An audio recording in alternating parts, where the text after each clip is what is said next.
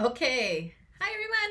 Just gotta wait for it to catch up on the YouTube side. Please let me know if you can hear me.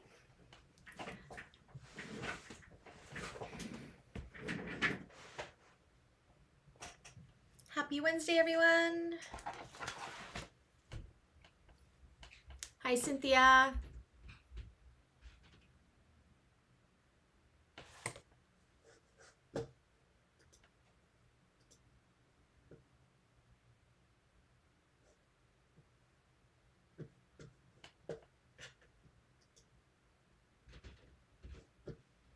All right. I think it may be the last class for Up and Away, hopefully. Goes pretty fast for what we have left to do. Hi, Leslie. How are you? I still don't believe we didn't get a picture. It's so magical, Leslie. Cynthia, hi, Denise. Welcome back. Oh, I always have to, I look at the name. Augustemeline.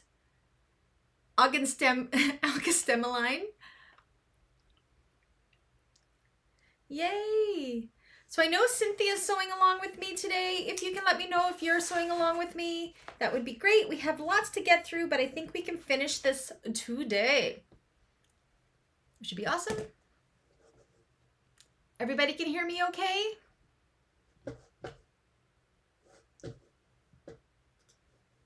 Oh my goodness. Hi, Jenny. Hey, Dawn.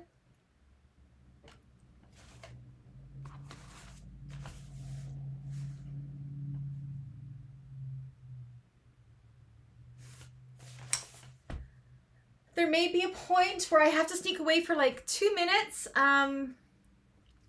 Brady is expecting a package and customs have to be paid on it. So I have my credit card ready to go when the postal guy gets here. He may not come till this afternoon, but just in case. Awesome, Jenny. How are you liking the membership side, Jenny? Lots of good videos helping you out.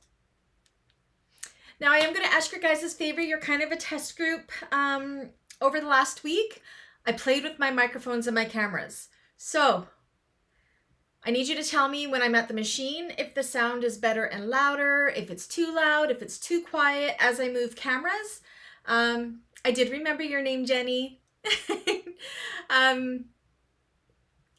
So let me know if the sound is better. He said, I don't do a lot of lives besides in class, but I know with me moving my table back and everything, it got away from the main microphone, which made it a little bit quieter. So now I have it so when I switch cameras, it switches to the built-in mic of that camera. So fingers crossed I did it right. Please do give me your feedback. I pay when they deliver. Yes, so customs, sometimes you can pay online with Canada Post when customs come, but sometimes no. So I don't know. Canada Post website is a little bit finicky. So yeah, when it comes over, they come, they knock on the door. If you're not home, they take it to the post office, and then of course you have to pay the customs fees before they can release the package to you. So yay, Jenny, I'm glad you liked the videos. If you have any questions about any of the videos you see on the membership side, email me, get me on Facebook. I'm here to help.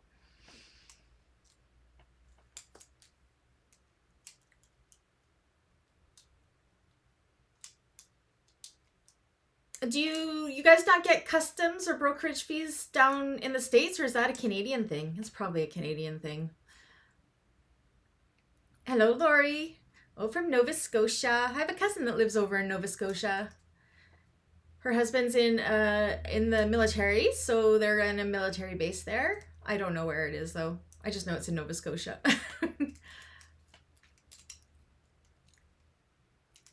Yay. So today we are going to go at a fairly good pace because I think we should be able to get everything done. So if you are sewing along with me for homework, you should have done your purse feet and your foam on the bottom. Should have done your foam on the gussets. Done your lining pockets the way you want them done. I said I rarely go through in live classes showing how to do the lining pockets, mainly because we all have our own preferences for that. This one, you just got to make sure that you left your lining zipper pocket open. And I did the 2 slip pockets for this one. I know some people like to do more of a gusseted slip pocket so it's more room. So that's why we just kind of do them as we like to do them. You can follow the instructions in the pattern, of course. Your front and back panels should be done with your rivets and, whoops, nameplate installed. So we have all of our panels pretty much ready to go. I'm not gonna lie, I didn't finish my second strap. I have to do that after the fact, but that's okay. I did the first strap with you guys. Any questions about the homework at all? Any questions about anything?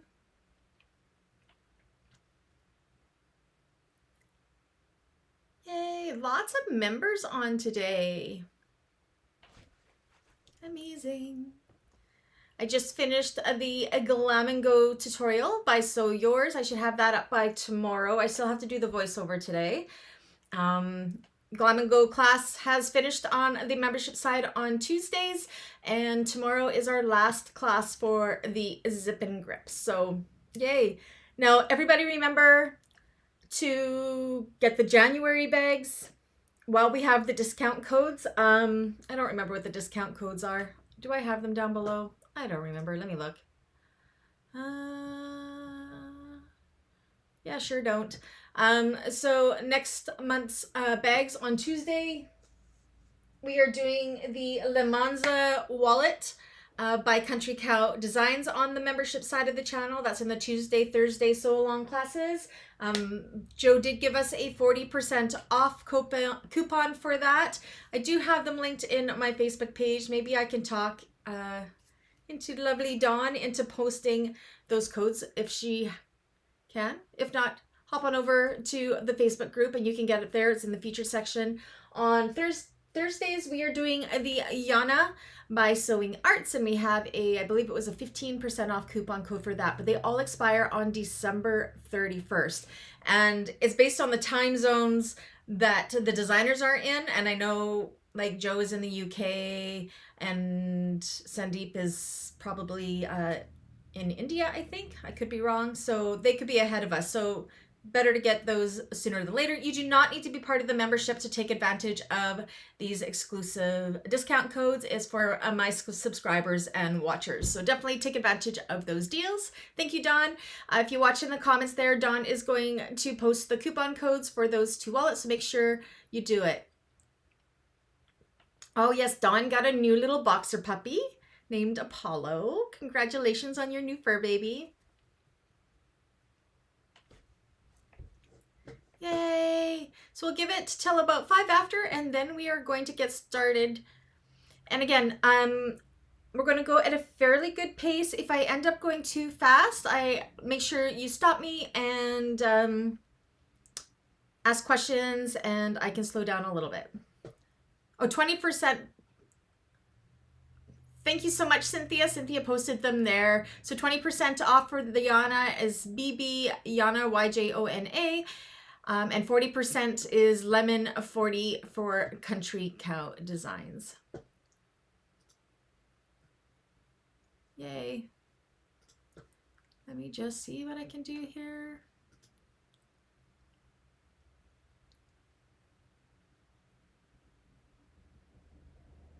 So I am going to give away some memberships today. One moment here. Let me see if I can figure this out. So this will get you memberships if you win to the Beans Peeps Club on my channel. That's the $5 Canadian a month tier, and that'll get you all of the replays for the live classes that are 12 to 18 months old.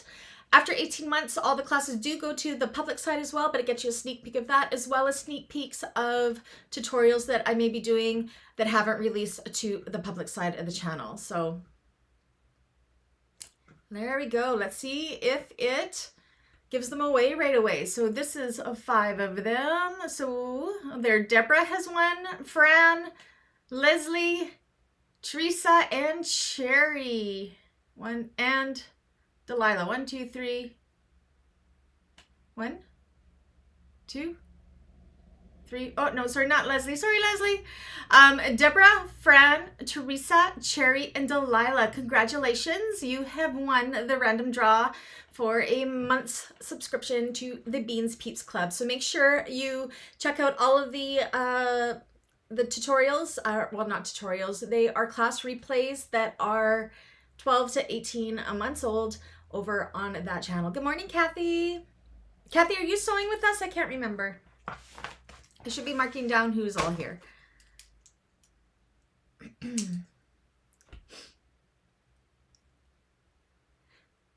Yay! Everybody, I think, is working today too, so Kathy's here. Jenny. Cynthia. Dawn. Lots of people here. Just a looker. I know Frankie has already finished it. She said when she got started sewing it, she couldn't stop. That's a compliment. So for those just joining us, this is a free class. This is hopefully the last class I think we can get through it today of the Up and Away handbag by Pin It Up Patterns, which is a new pattern company, co-owned and co-designed with myself and Anna from Galaxy Customs. So this is our first pattern that we released in October. So I thought it would be fun to show the public side what the membership side classes look like and do a sew along with everybody, as well as give away some memberships. Now I will give away probably 5 more memberships closer to the end, but you do have to be online in order to win. And it will go to those that aren't already members, of course. All right. So again, please do let me know how the microphones sound as we switch camera angles, because I have been playing with them. I think I've made them better, but I may not have. So I need your guys' help to let me know. Okay, let me change my camera angle here. Bear with me. Okay. So where we left off last week was page 12. And we're going to do some marking on all of our pieces. Okay, so we will start with the exterior pieces, and then we will do the marking on the lining pieces. Let me get organized here. Dawn, please do let me know if I'm making any mistakes. Dawn is my admin, one of my admins, and was a tester. So be my second set of eyes, please. Okay, so we are going to start with our exterior main pieces. On the bottom left hand or bottom corners, we are going to make 3/8 of an inch squares. 3/8 of an inch, 3/8 of an inch. If anybody needs to know where to go to get these the pattern, if you want it, it is all linked down below in the description. We sell them through the Galaxy Customs website. One-stop shop. Grab your vinyls, grab your interfacing, grab the pattern. Good to go. Okay, so 3/8 of an inch squares on each of the bottoms of this one. As we're doing Y seam corners, I think that's what I call them anyways, because they kind of look like a Y seam, but I believe that is the actual name. So do it on the opposite side on the back. Okay, so that's the main pieces done. Now on our side gusset pieces, we want to do the same on the bottom corners. Now I'm just going to put a T at the top, just so I'm aware when we go to put these gussets on that I'm not accidentally doing it with where we're marking these corners. Okay, so 3/8 of an inch square on each of the bottom corners.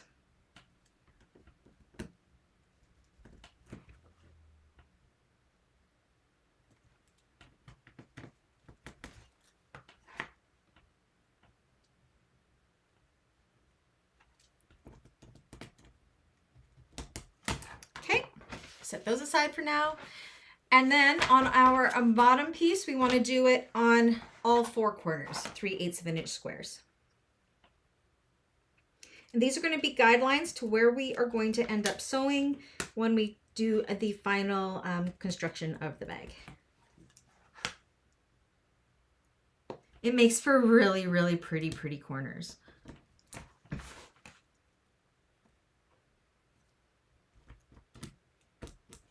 So that's the exterior pieces. Now we're going to do the same with the lining pieces, except we are going to do 5/8 of an inch squares. Thank you, Dawn. She's posted where you can get the website or get the pattern. So along the bottoms of the two lining gusset pieces, we're going to do 5/8 of an inch squares. So the exteriors with 3/8, the linings are 5/8.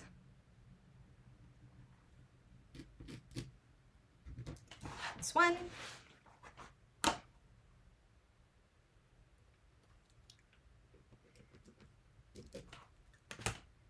And we're going to do the same with the other lining pieces, just like we did with the exteriors, just with 5/8 of an inch squares. Dawn says the most beautiful corners ever, right? I think so. 5/8. And these are just for guidelines for when we sew it together. And trust me, you'll want them there. It just helps so much to have these little extra marks. So again, make sure you're doing it on the wrong side of the fabrics, not on the right sides.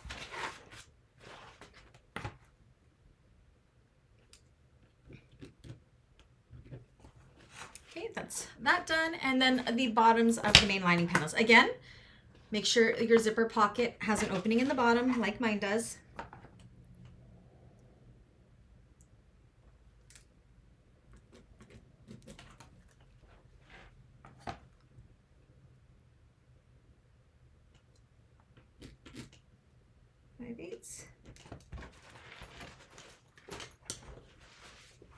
And same with the last one.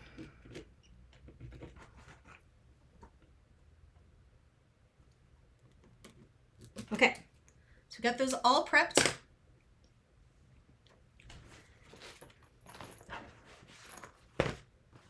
Okay, now you can put away your bottoms and your gussets for now. We are going to be working with our main panels, lining and exteriors. So now you're going to need your 26-inch or larger zipper tape. Okay, I'm going to take my erasable pen. I don't have my pulls on there yet. We don't need to do that. We'll put the pulls on later on. We want to fold this in half, and on the, I'm just going to use my air erasing pen and put it on the wrong side, a mark at the center of that zipper tape, and then transfer that mark over to the other side. Now on the wrong side of your zipper tape, you're going to want to use a pen that isn't going to air erase or anything, okay? You're going to want it to stay on, and from each end we are going to draw a 1-inch line across the tape like this. And this is so, and I will show you guys when we get there, we can put our zipper pulls on nice and straight. It's a little bit of a time saver and gives us a good visual whether we are on track with putting our zipper pulls on or not. But it's much easier to do this part without the zipper pulls on. Okay, so that's on the wrong side. Everyone good so far? Okay. And once we have that, we can go ahead and we can pull apart our zipper tape. Okay. I know it's scary to pull apart the zipper tape, but trust me, you get really good at putting on the pulls. Okay, let me just double check the pattern here to make sure I'm following around along my own pattern properly.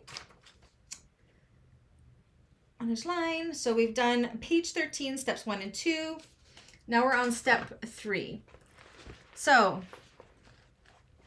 I'm going to separate my lining panels out, and I'm going to match them up with how they are going to go on. So this is the front of my bag, and I know I like my slip pockets to be on the back of the front of my bag. Okay, so I've got those two paired up together. I've got the back of my bag and my zipper pocket, which I like to be on the back. So I have them paired up together, so I know they are what needs to be together. Put one panel aside for now. We're going to start with our lining panel. Now you can use clips here, of course. Know the sensitivities of your machine. I am going to use a double-sided tape. I am a double-sided tape junkie, as you all know.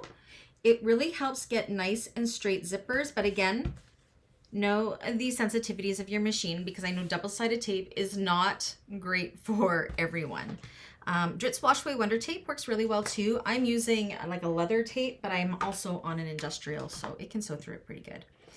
Okay, so on the right side of our front lining panel, I've done the tape across the top, taper clip. So this is right side up, and we are going to take our zipper tape also right side up. Make sure your teeth are right side up. So right side up for the lining, right side up for the tape. Match up that center mark with the center mark that we have marked on our exteriors. You should have your top and bottom centers marked. And stick it down or clip it down. And you will have excess hanging over. And of course we need that for putting our zipper pull on. That is exactly what we want. Okay. Across the other side as well.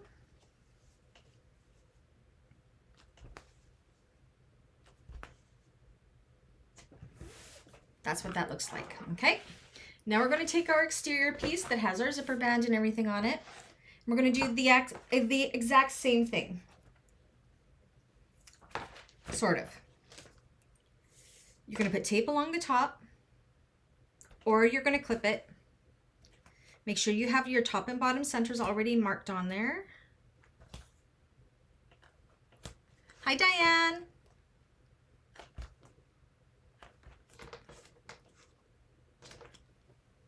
I got an itchy nose. Okay, and then we're going to take this with that lining that we have the zipper tape on already.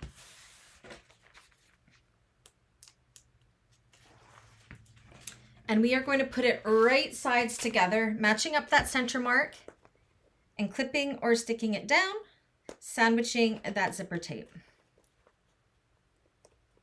So the lining and the zipper are right side up and the exterior is right side down.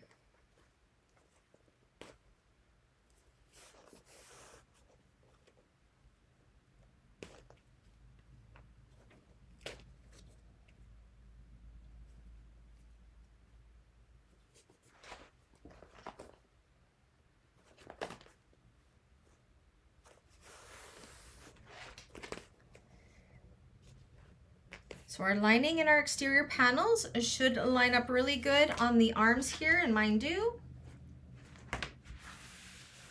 Okay, we're going to do the exact same thing with the other two panels, and then we'll take them to the machine at the same time to sew. So let's repeat. Where did I put my tape? There it is. Give you a minute? Okay, Cynthia. I'm just going to continue with this, and then let me know when you're ready to move to the machine. When I do a live class, I try to do it at the pace that the people are sewing along with me. Sometimes I have to go a little bit faster to get it done, but Cynthia's she's a good member. She's kind of showing what we do. So I'll finish this, and then I will hold up until she gets caught up, and then we will move to the machine.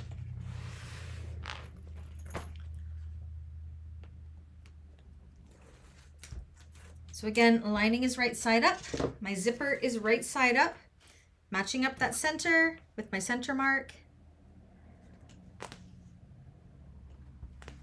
sticking it down.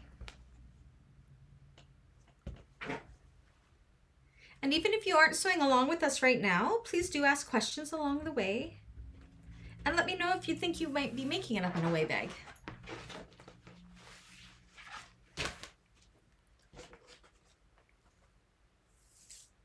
Oh, and out of that roll is all gone. I get to open a new roll. Again, I live and breathe a double-sided tape. I'm a junkie when it comes to double-sided tape. What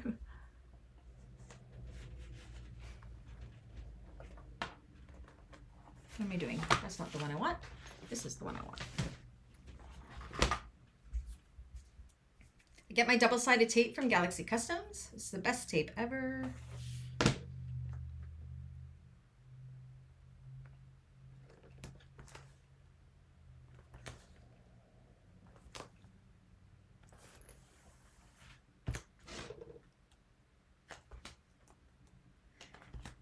Everybody all set for the holidays? We're gonna have a white Christmas here. It's Canada and we have no snow. It hasn't snowed here yet. The ski mountains haven't even opened yet. It's crazy. How did I attach the together? I'm not sure what you're asking, Cynthia. How did you attach the what together?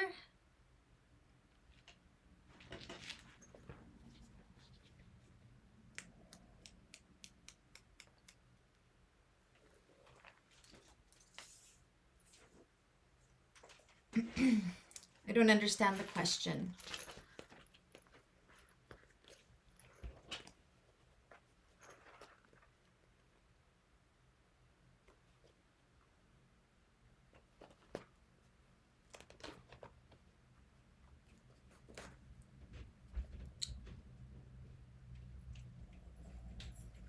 Zipper, I have apart right now. I don't have it attached to the other side of the zipper.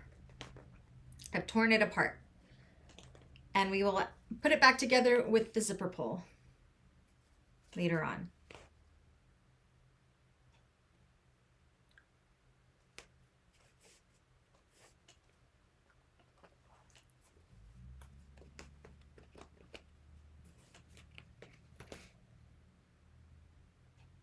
That's how I'm doing right now. So I had the lining panel right side up, the zipper right side up, and clipped it or stuck it down like I'm doing right now.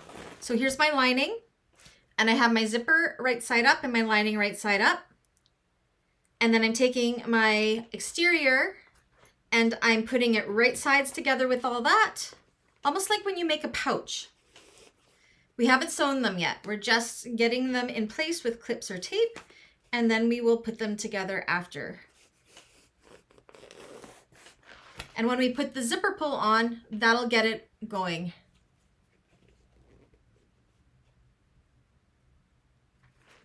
So make sure your zipper tape is right side up, your lining panel is right side up, put them together, and then put your exterior right sides together, like so.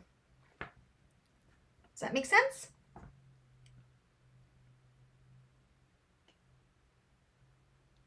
And then we will be sewing them together.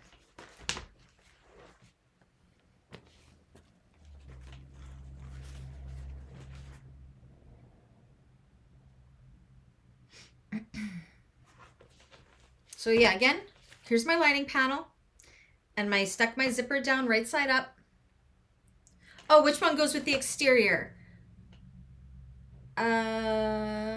I have with my front panel, I have the one with my slip pockets, and with my back panel, I have the one with the zipper pocket. It doesn't really matter which way it goes, that's just my preference.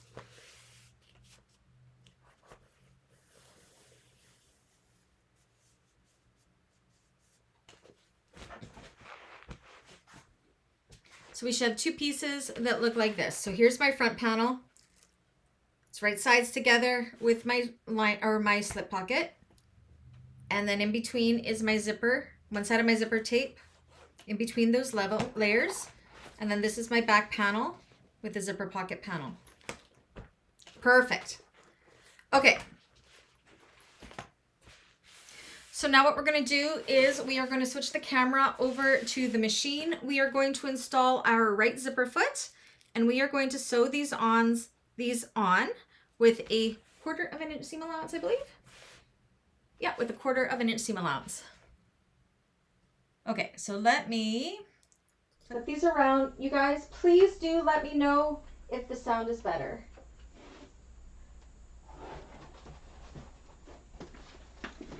Okay, so I can't see the camera momentarily. Dawn is there with any questions if you have them.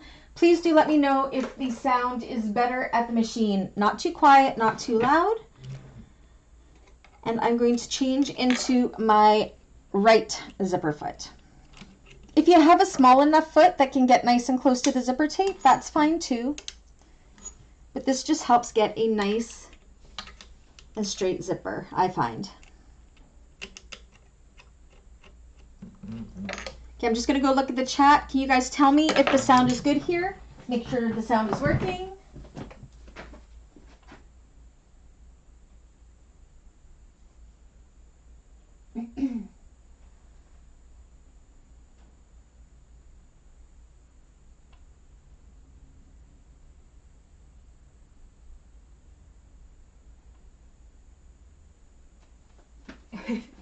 Okay, hopefully you can hear me. The chat isn't catching up.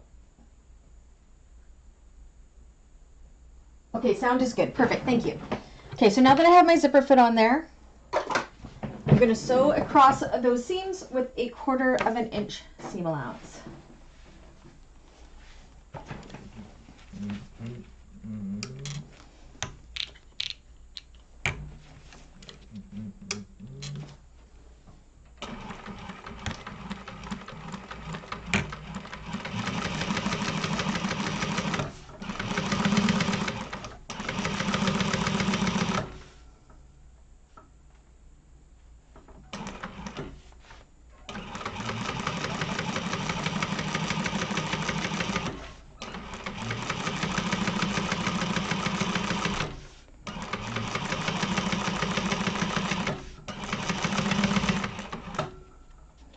Everything is matching up.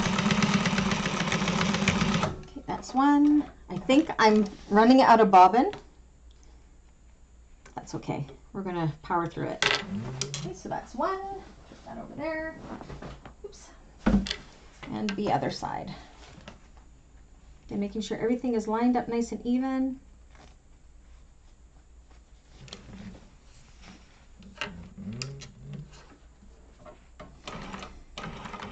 I think I'm playing a little bit of bobbin chicken here.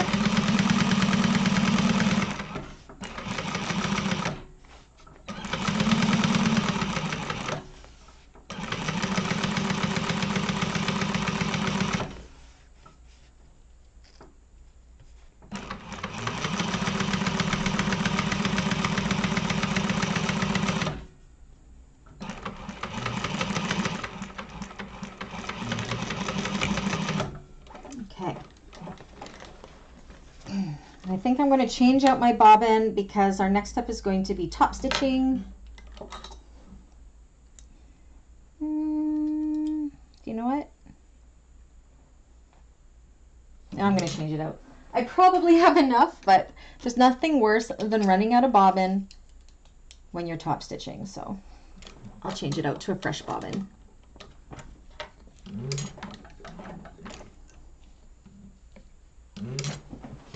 Okay.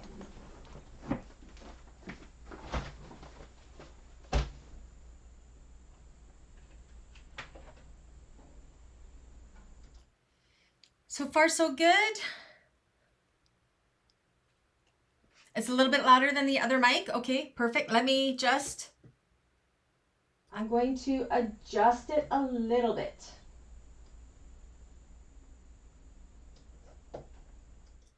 Okay, so let me know when I go back to that machine if it's a little bit better.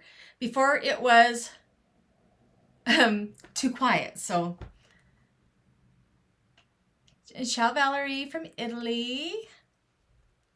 When in doubt, change it out. Hey, I like that.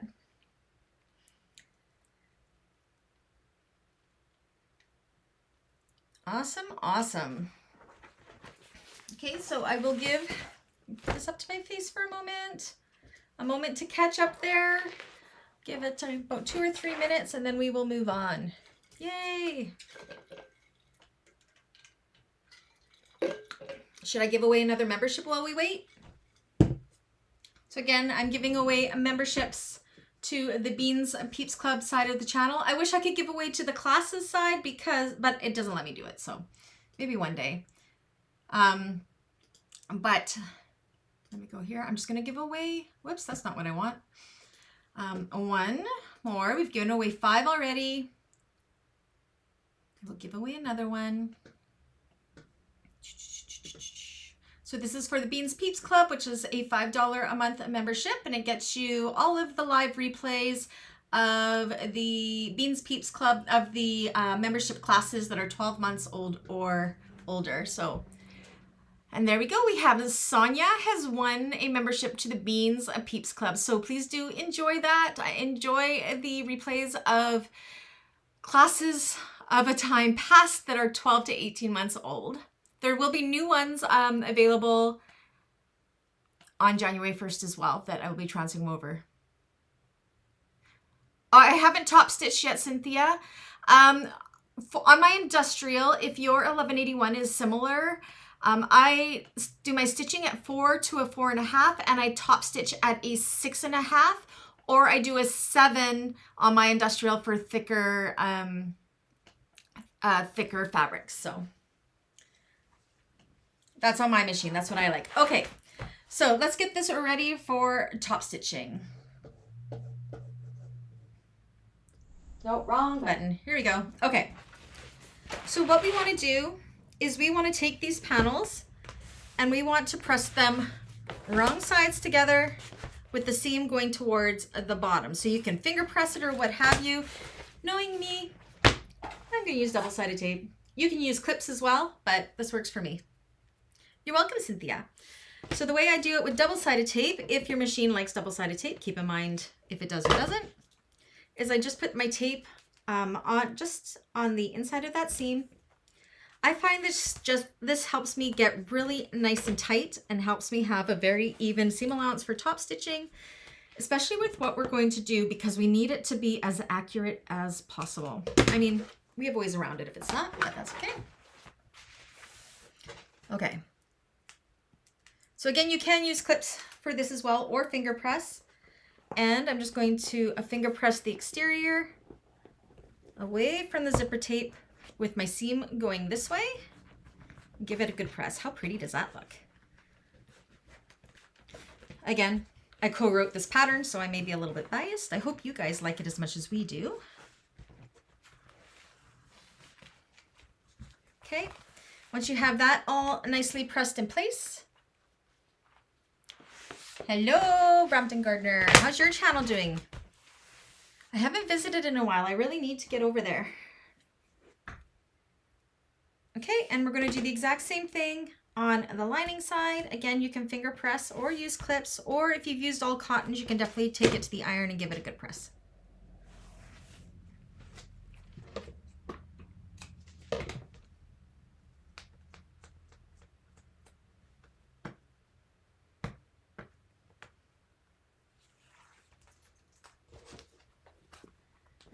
Okay, and press it nice and tight away from the lining, or all away from the zipper teeth. And all of our exterior and our linings should be lined up perfectly.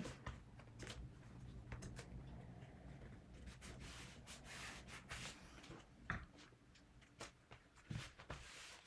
want to make sure the lining doesn't end up coming up too high, because it'll get stuck in the teeth. Yeah, it isn't a great time in Canada for gardening. So you can see how nice and straight my zipper is along that top there. So we'll set that aside for now, and we'll do the same with the other panel.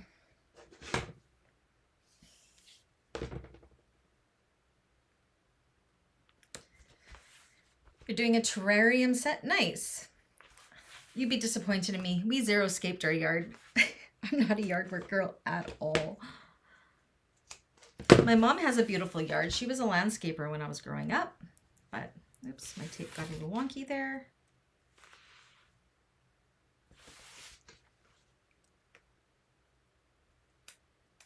Your tip with the double-sided tape is such a game changer. I'm so happy.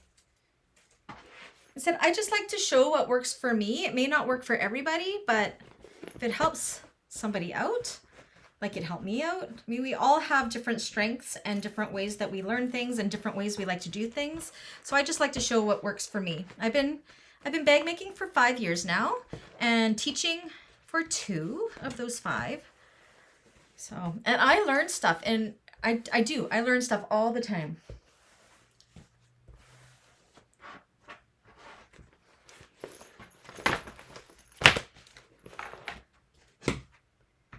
Okay, and same with the opposite side.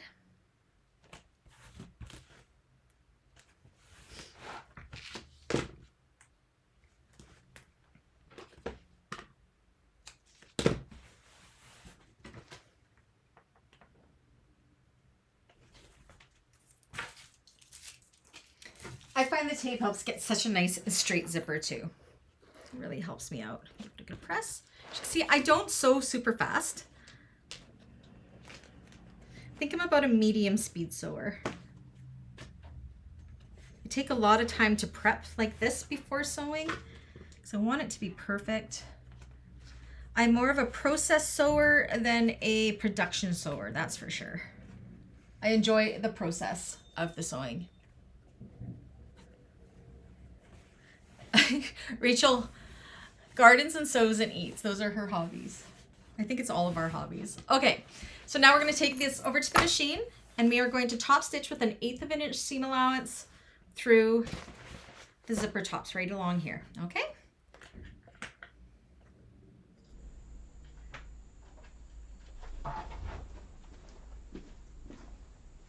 Okay, I did adjust the volume over here a little bit. Please tell me if it is a little more even. I don't know if I'll ever get it perfect, but you guys are helping me. I am not a techie type person at all, that's for sure. Okay.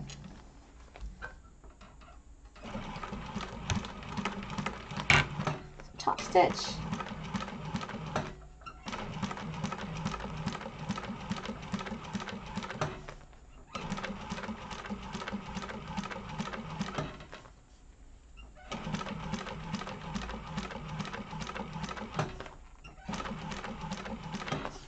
Again, being aware of your lining, making sure it's staying away from the zipper on the bottom, because there's nothing worse once you've top stitched it and then your lining kind of decided to have a mind of its own and then you can't open and close your zipper. I hate it when that happens.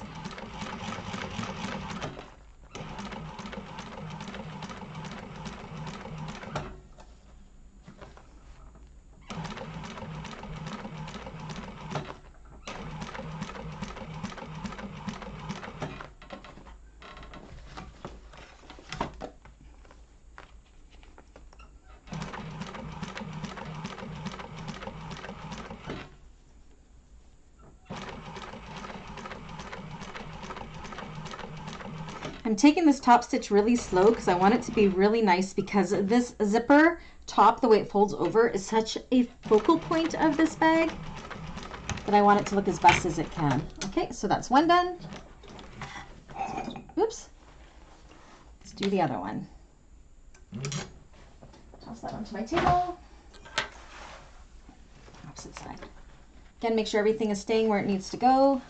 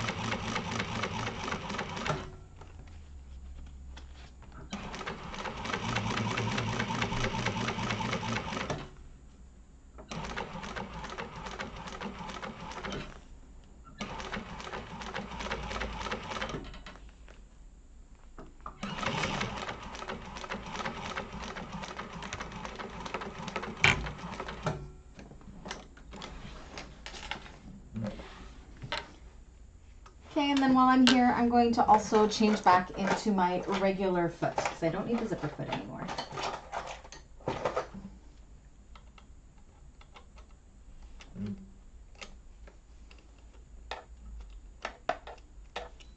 And then it'll be ready for the next step.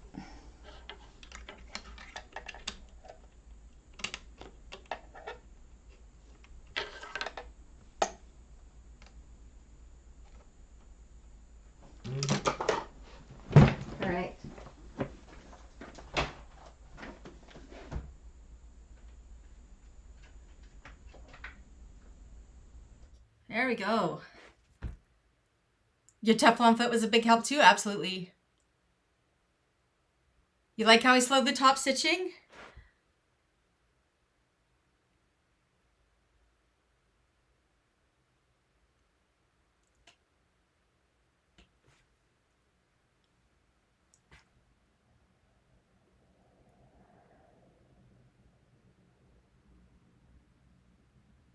Oh, welcome. Is it Zoltane? Hello, Catherine. Okay, so this is what we got so far. She's looking good. give it about 4 minutes for everybody to catch up. Let me know when you're done. Oh, Cynthia's done. Perfect. Look at you go. Everybody congratulate Cynthia. She just got a new Juki 1181 DNU. All right. Okay, so now we have finished page 13 and we're on step 8. It's time to install those zipper pulls. So now you guys are going to get to see my messy floor. I swear I cleaned it on the weekend, but you really can't tell. So I'm just going to move my camera a little bit like so. Okay. And this is what I use to put my zipper pulls on. I am too cheap to buy a zipper jig. So my husband he has a bunch of fly tying things. So this is a vise, I think this is called, from that, and a fork. And this is what I use. So I just attach it to my table like so. Can everybody see that? And I'm going to grab my 2 zipper pulls.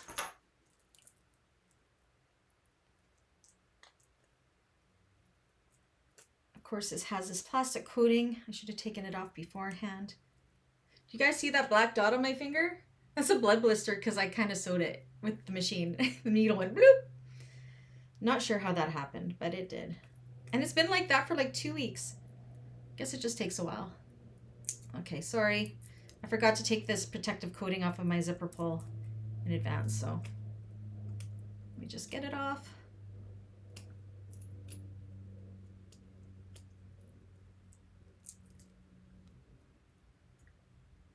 Oh, awesome, Rachel. Did you use my tutorial? Did you do a drop-in lining for your Mabel? Okay, so then I have my zipper pull with the wrong side up and I put it in between the middle prongs. And this is where those lines on the back of the zipper tape come in handy. So you're going to set these like so. So this is the way they're going to go together, okay? So these ends, we're going to flip it over.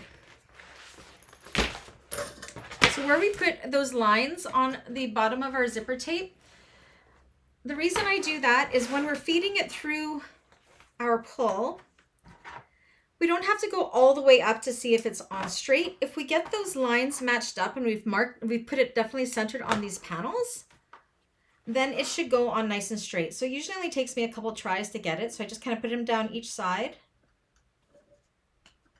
and give it a pull. Oh, look at that. I think I got it first try. That never happens. See how my line matched up? So I know on that side, my zipper pull should be somewhat straight. So I'm going to bring that about that far. And now we're going to do the same thing with the opposite side and the other zipper pull.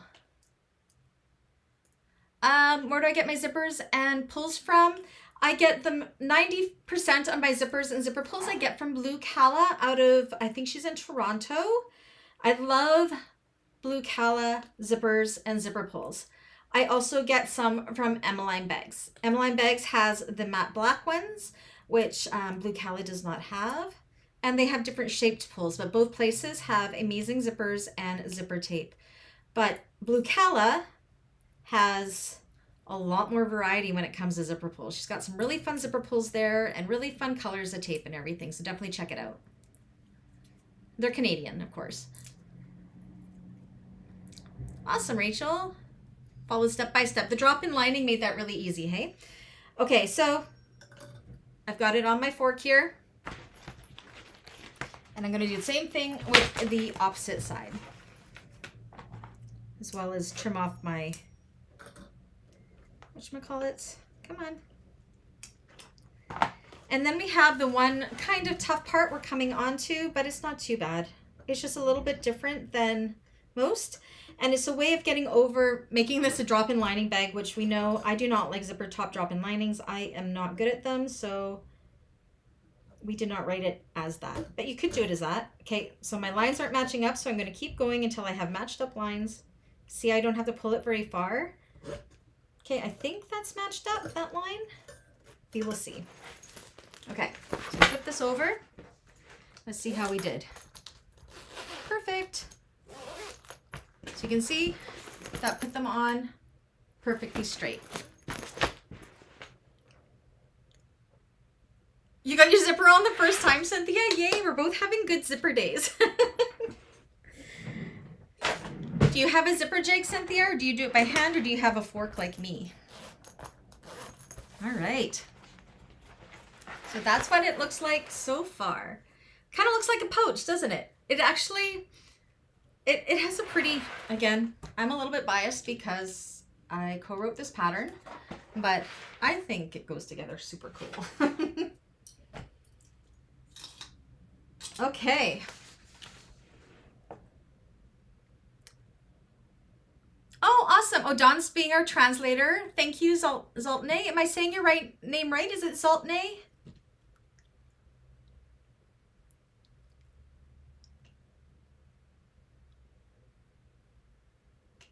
Sorry, what happened? I missed something.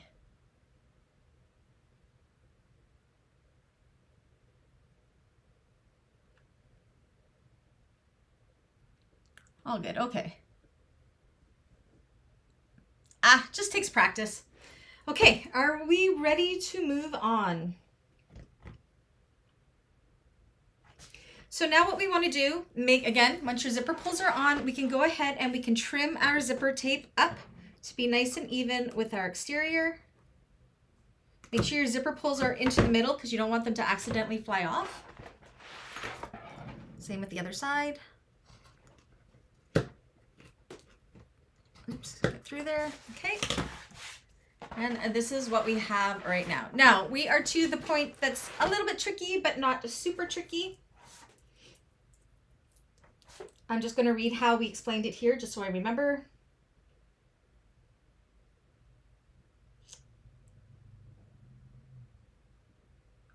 Okay, I remember. So now we are going to work on our gusset piece, okay? So we're going to work with our exterior gussets first. My thing isn't looking super straight here. There we go. Okay.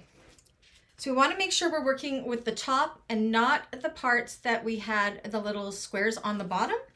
If we've done things right, it should be pretty much, I'm pretty close, pretty much the same width. You can see the same width as that zipper panel.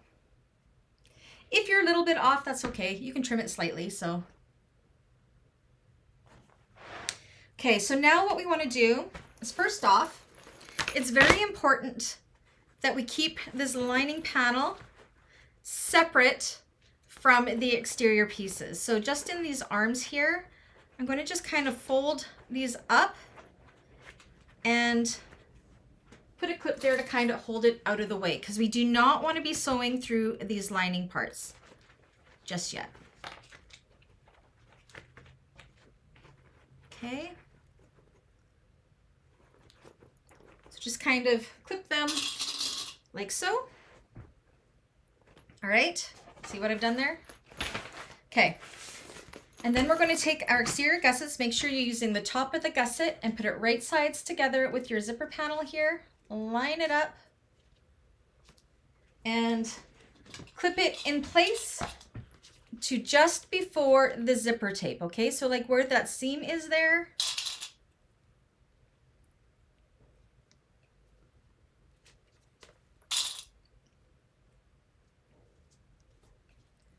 see what I'm doing there? Make sure your zipper's lying nice and flat and line up that edge.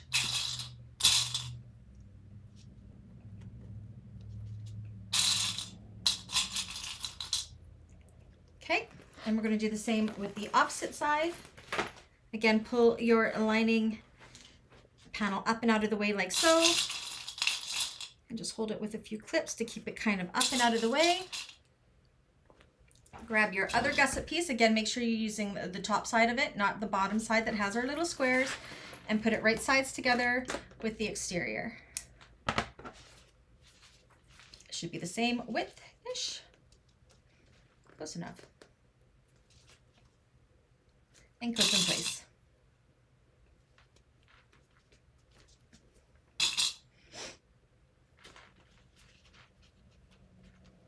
I can see here my exterior is going to be like a little bit of like 1/8 of an inch too big here. I'm not worried about that. I can trim that later. That just means I probably took my zipper seam allowance just slightly too big. And that's okay. It's really forgiving. Okay, so this is what that looks like so far. Now, what you want to do is you want to mark this. So see here, you can see where the linings, this is where our lining is. See where, this is where we trim back that zipper panel and where that lining seam comes on. So we want to sew to just before that lining seam panel without going through the lining seam panel on each side here. So you want to make sure you're not sewing through the zipper and the lining. So you'll see the zipper, you'll see the lining. We're going to just before that, okay? Does that make sense? So we're going to sew from here, back stitch, to as close as we can to the lining with 3/8 of an inch seam allowance, break our thread, jump over and do the same on the opposite side. And then again on the other side. Yay, Cynthia! That's because it's written so well, right? I'm giving Anna and I some kudos here. I'm really proud of this pattern and I think we wrote it really well. It did take us a year to do. So we think we did pretty good for our first pattern. Okay, so let's go and do that. But again, make sure you are not sewing into the lining at all. We will take care of that after. All right. So again, I'm not going to be able to see the chat. Dawn is there if there's any questions. Sorry, Dawn, I'm volunteering you. Okay. Let's do it.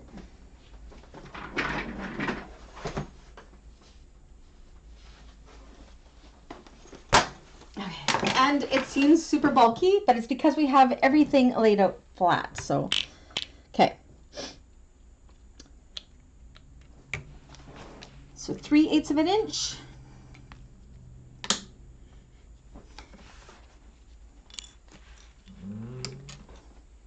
Make sure to back stitch well.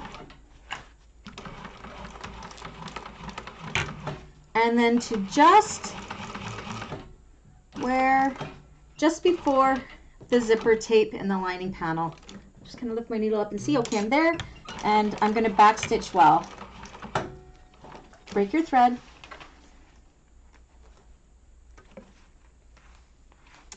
Kind of move the lining out of the way. You may need a little bit of a hump jumper here, how it sits.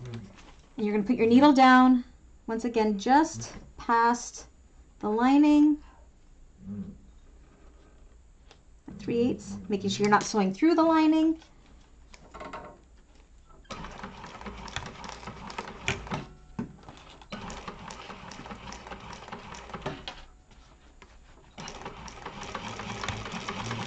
Okay. So yes, you're thinking, that's going to leave a hole in the middle. Yes, yes it is, but we will take care of that, trust me. Okay, so I'll show at the table because I'll be able to show that better at the table what we've done. Do the same with the opposite side.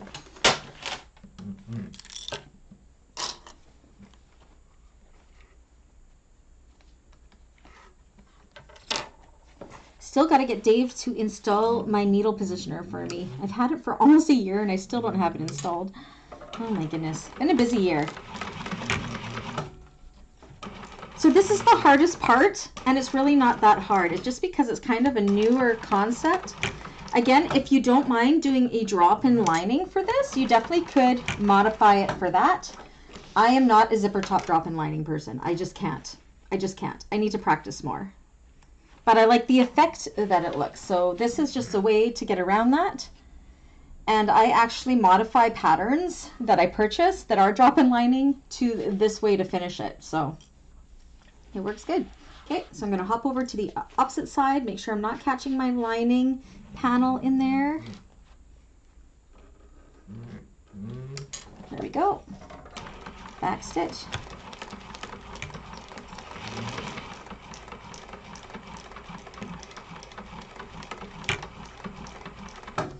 Okay, and we'll go back to the table and we'll prep the lining part of this.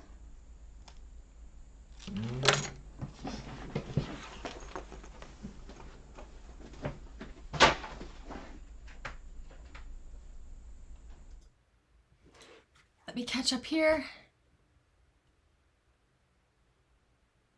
You always lose your hump jumper. Yeah. Yes, 3/8 of an inch seam. Got it. Yeah. Oh, thank you, Rachel. I hope you decide to make one. That would be great. We could always do a live on both of our channels and make one together if you wanted.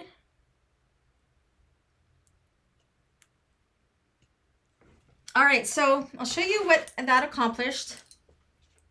So again, we have our lining panels out of the way. I don't know if you can, oh, maybe you can. So you can see where my stitching is and how it's left an opening there. And that is exactly what we want.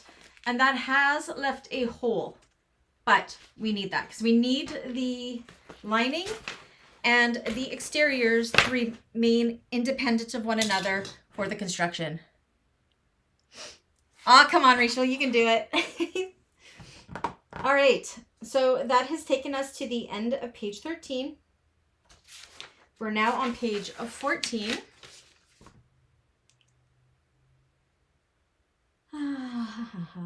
And then what we're going to do is we are going to top stitch these. So once again, I'm going to make sure my lining's out of the way. We do not want to top stitch through the lining. So I'm clipping it back up just because I showed you guys what we had done. And then what we're going to do is we are going to bring this down like this. So the seam is going towards the bottom. And where I like to top stitch this, we're going to top stitch, but we aren't going to top stitch through that center part again. We are going to top stitch. I usually like to go to about where that top stitch line is on the zipper band right here, the bottom one. So let me mark that. I'm going to top stitch across here to about there, which is where it matches up with that bottom line of top stitching. And same with this opposite side to about there. So we'll top stitch, making sure to back stitch, very important to back stitch, or you can pull your threads to the back, but I'm going to back stitch mine. But we're leaving this middle part free and clear of each other.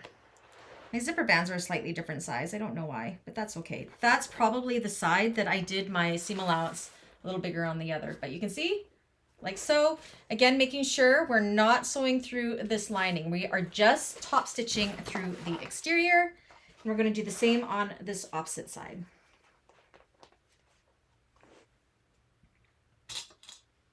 Again, I'm going to just kind of make some marks. Okay, so let's go do that. Was it Rochelle? Or Rachel or Rochelle? I'm assuming Rachel, but I could be wrong. Okay. So once again, be very aware that you are not top stitching through your lining pieces. And that your seam is going the correct way. And that you back stitch well.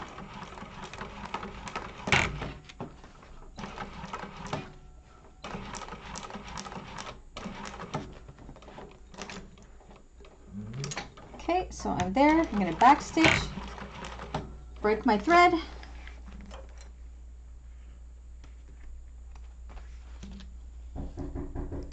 Oh, I gotta leave you guys for one moment. I have a mail delivery. I'll be right back, okay? So you can watch my machine for a moment. One moment, please. Sorry, guys.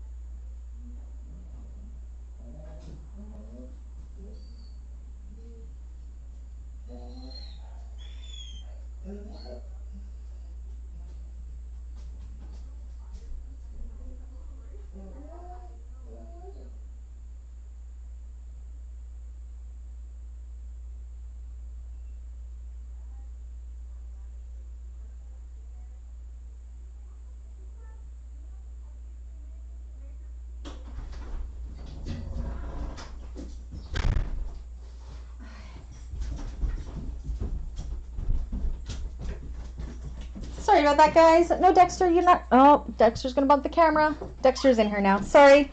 Had to do that. It was a customs thing, so. Okay. Continue.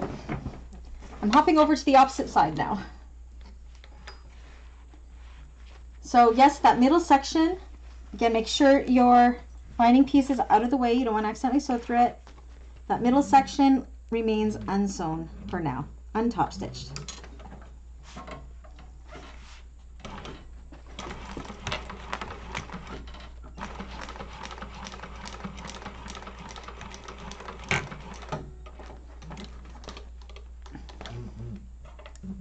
Oh, and I unthreaded my needle. What the heck? Okay, do the same with the opposite side. I'm going to rethread my needle quickly. Believe it or not, we are almost done, you guys. Almost done.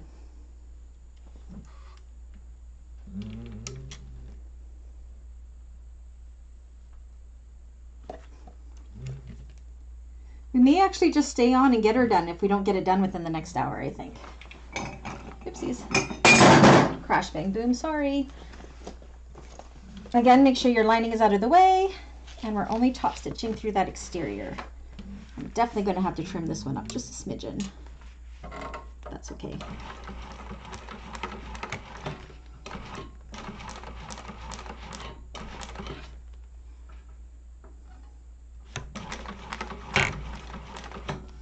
One side.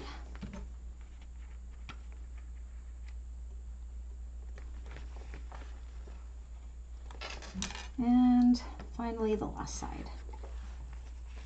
Make sure your lining is out of the way. Otherwise you will cry.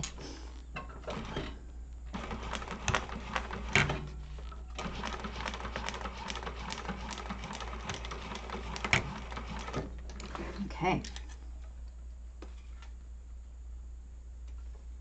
Back stitch there. Yeah, you did. Good. If you forget to backstitch, it will all unravel. So you got to make sure you backstitch at that center point. Okay. Cynthia's probably ahead of me now. Oops, what's going on here? There we go.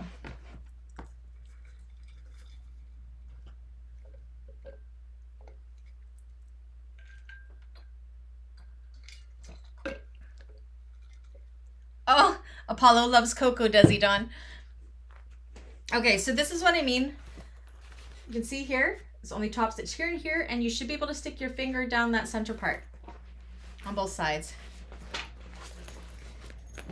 So that is 3. Now we're going, or step 3 on page 14 for side gussets.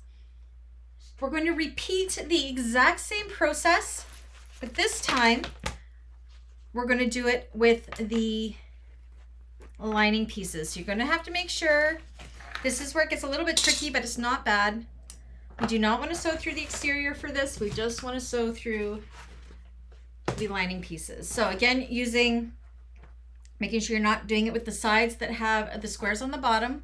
It's the unmarked sides. And you're going to kind of fold this out of the way like so. See, and you're going to make sure they're independent of each other. We are going to line those up. Just the linings.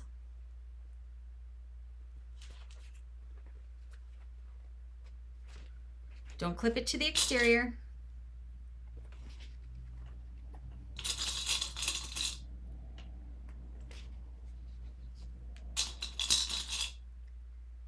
Like so. You can see how it's completely separate from one another. Same with the opposite side.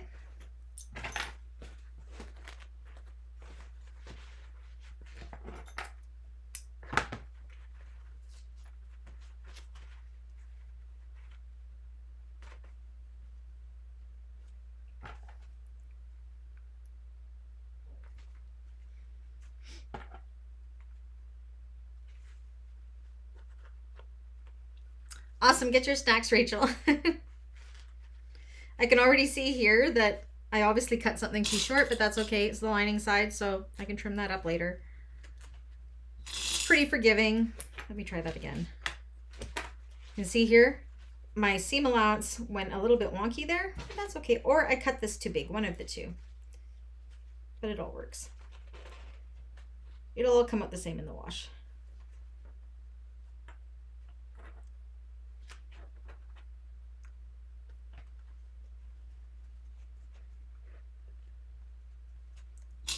I'm a pretty sloppy cutter. We all know this. Okay. I'm actually going to just trim that up a little bit right now. Or maybe I won't. Okay. So now we're going to take this to the machine. I'll show you here what we're going to do. We're going to place it down like this. And we're going to hold this exterior piece out of the way. Oops, have this down like so. Again, you can see I must have cut this way off. So I'm just going to even it up, which is okay. We're going to hold the exterior out like this, and we're going to go 3/8 of an inch as close as we can to the exterior. Break our thread, fold this out of the way, and do the same. So we are only sewing through the lining pieces on the bottom, okay? So 3/8 of an inch.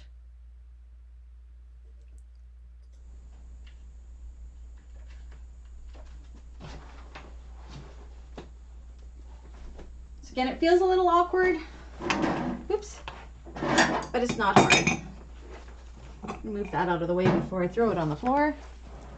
So again, we're not sewing through the exterior at all. Just the lining.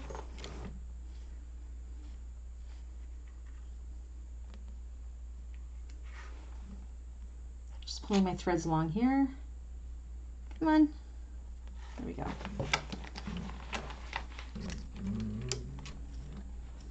Three-eighths of an inch.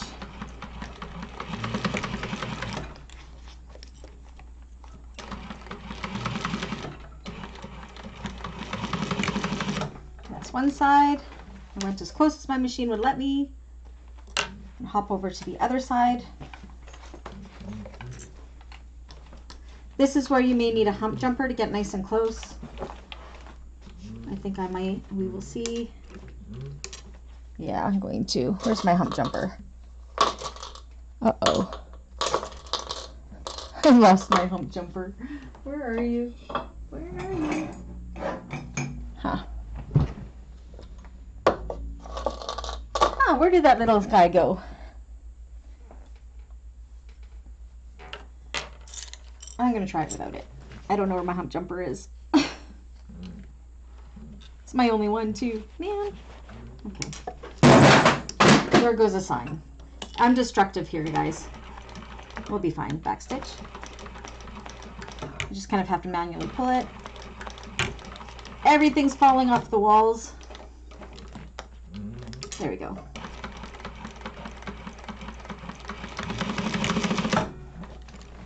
Not sure why that fell off the wall. How bizarre. Okay, that's one side done. That's a little action sequence of the video as things are falling off the wall. Same with the opposite side. Make sure you're holding the exterior out of the way.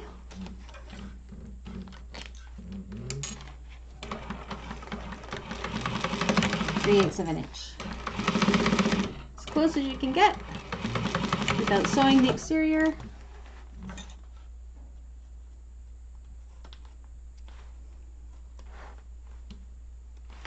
Move the exterior out of the way and hop over to the other side. Same thing. You know what the bonus is? We are done all of the top stitching already. You will not have to top stitch this bag anymore. Now it's just the main construction. Well, we have one more top stitch place. But it's a little one, and then we'll be done. Okay, come on. I'm missing my hump jumper right now. There we go.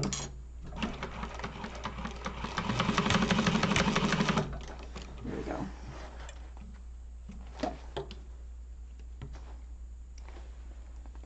And the rest goes super fast.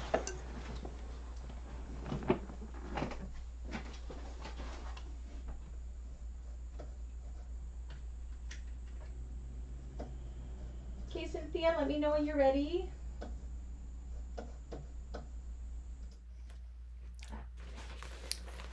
So, this is what that looks like. Everything should be free and clear. We should have that hole in the middle. And then I'll show you what we're going to do next to close up that hole. How about while we're waiting, we will give away another membership.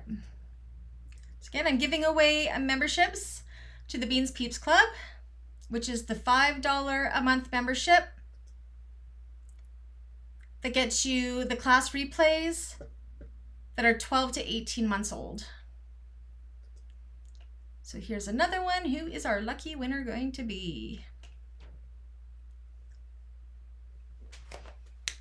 We just gotta wait for it to choose it for us. Dun, dun, dun, dun, dun. Amy, congratulations. You are our 7th winner of the day of the Beans Peeps Club membership. So enjoy. Yay. Okay, so we'll give it till about 1/4 and then we will move on. So we have currently finished up to page 14.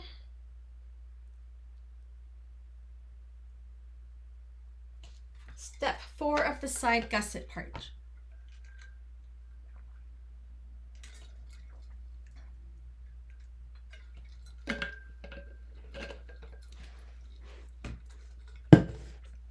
So those that have won the memberships, you will definitely get a good idea of what they are.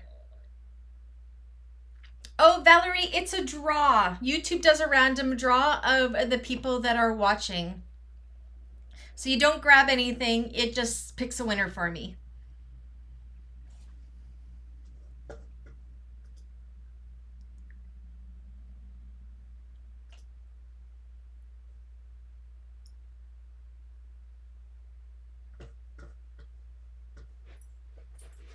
Yay. She's looking pretty so far. We're just gonna give Cynthia a couple more minutes and then we're going to move on. Believe it or not, we are very close to being done. I think we're going to power through and get it all done today. Valerie, I will be giving away 3 more memberships within the next hour or so, so you still have a good chance. You just have to be here to win it and be a non-member. Members don't win it, so they're already members. What do you guys think of this so far? Is it different than you thought it would be construction-wise? Are you liking it?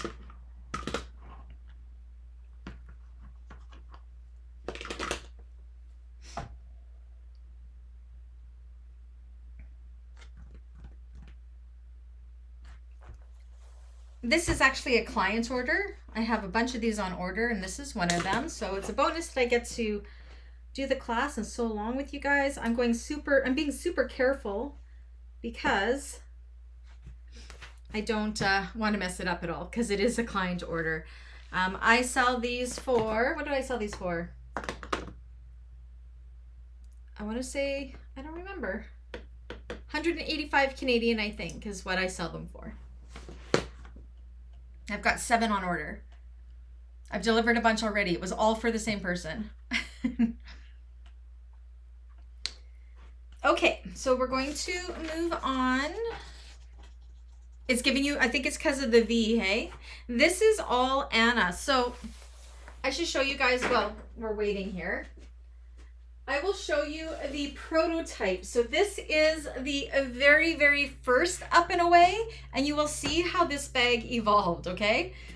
I actually took this to Indonesia with me, but this is the very first Up and Away bag here. So if you didn't like the overlays, you could definitely put in connectors or whatever, but this is what the original one looks like. The bottoms didn't work. See how bad it was? So we completely changed the construction. The zipper always was awesome, but we took out the piping because it was just too thick and too much. Hello, Emmeline. We made it a little bit wider because this was so narrow. We made it a little bit wider. Yeah, So this was the original. This was up and away baby number one. So the very first thing we learned was we needed to change the construction, because the construction we originally had was completely different, but we could not, look how bad these corners are. We could not get these corners to work no matter how hard we tried. So we had to go back to the drawing board, and then we decided to do it this construction, which is so much better. And of course we made it wider because it was easier to do this construction with. Anna, with her amazing vintage quirky flair, came up with these overlays for the connectors, and I think it just made the whole bag. Like, it just gives it such that vintage fun flair.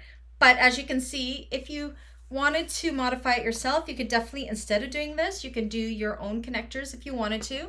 But yeah, you like it looking chunky? So yeah, this is showing you, this is the one that started it all. So it changed quite a bit, but I used this. This one's done in Mora's. I used this on my trip to Indonesia as my carry-on, and it was perfection. Okay. I have made few things with those curve zippers and tight like that. It was a pain. It's not a pain. This one's easy. Okay, so now let's go. Oh wait, let me just. Okay, so you can see here we have the opening. We can pretty much stick our finger through there. That's what we want. Now what we want to do is we want to bring these gussets right sides together, or wrong sides together, making sure the seam is going down this way, and we can kind of clip these in place.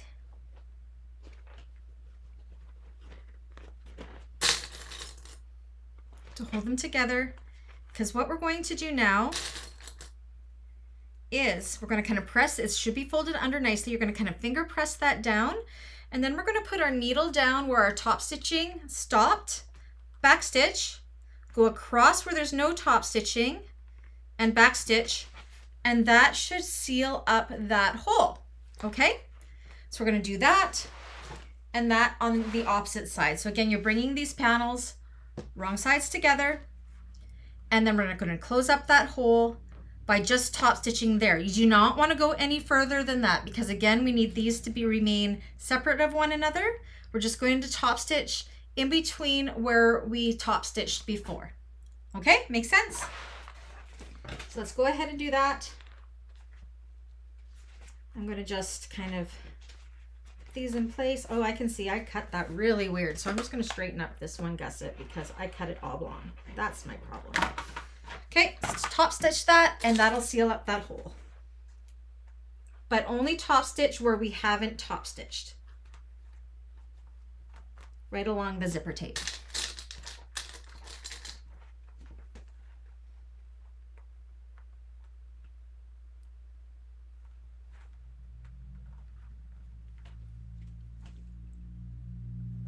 Okay.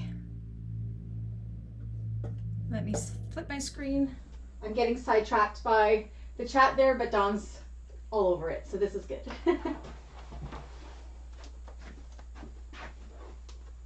My camera's still good. Yeah. Wasn't sure if I knocked them out of place or not. So yes, just in that middle part, we're top stitching just through the middle, through all the layers.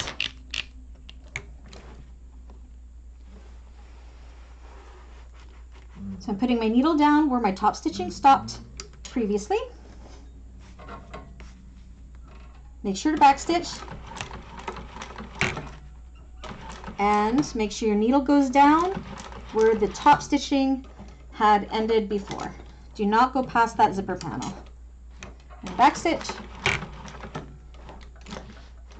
And if we did that right, it's nice and seamless, and have a closed off hole, which we do, and everything was caught and there's no raw edges. Perfection. Okay, do the same on the opposite side.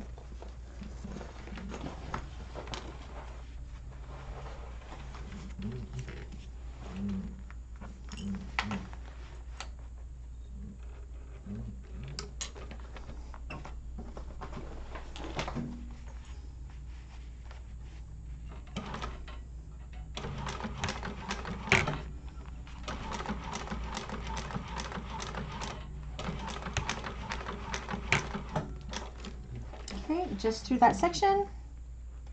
And then we have a nice and seamless top stitch.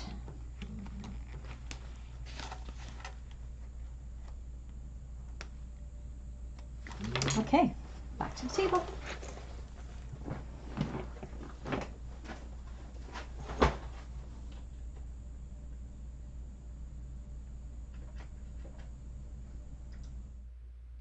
Okay. So you'll see here, those holes are closed up. I'm going to just check here. It should be closed up and no raw edge on the lining side, and it's not. These still move free and clear of one another, which is important. Yay!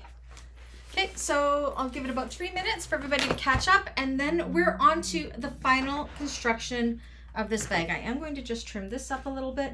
So you can see here, see how my gusset is slightly wider than my exterior? Again, that would have to do with my seam allowance along the zipper. I'm just going to trim up that exterior piece so it's even, just a little bit, like that. It's like not even 1/8 of an inch, probably 1/16 of an inch.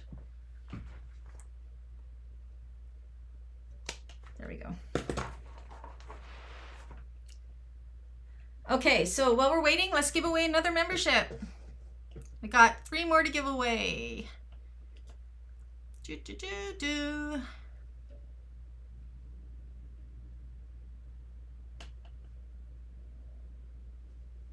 Did I just give 10? No, I haven't. Hi, Michelle. Whew, I thought I just gifted 10 at once, and I didn't want to do that. That's expensive for me. This is all coming out of my pocket. I have to pay for these memberships, so this is my Christmas present to you guys. So here's another Beans Peep membership for the base membership. And let's see who our lucky winner is going to be. Dun, dun, dun, dun, dun. Dun, dun. Money, congratulations. You have won for the month a Beans Peeps membership, so you will be able to see all of the class replays that are 12 to 18 months old. Congratulations. How are you doing there, Cynthia? This is a part that you will definitely want to watch. It seems confusing and awkward, but it is not.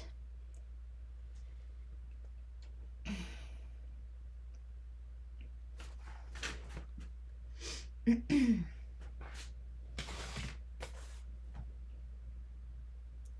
dun, dun. We're getting close to done. Done. Perfect. Okay, so now what you want to do is you want to open your zipper all the way, okay?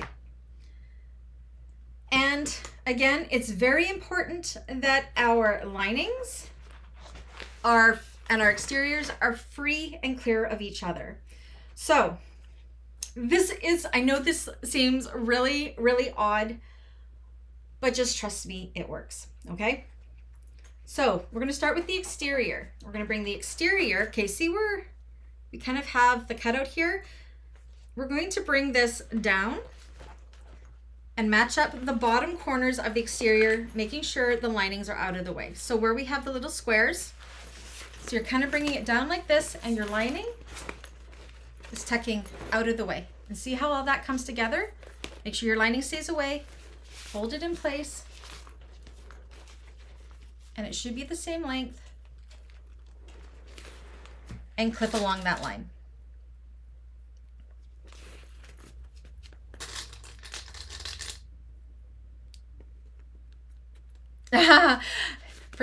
Raise your hand if you forgot to open your zipper before turning. Haha, yeah. Yeah. This one, it would be too hard to do with the zipper closed to even sew these panels. So yeah, just make sure your lining is pulled out of the way. Clip all of this in place. Now, one thing, this was not designed for, ask me how I know, Dawn. Where our gusset panel here, it's not designed to match up with our overlay, just so you know. I remember in testing, Dawn was trying so hard to get them to match up. I'm like, they won't.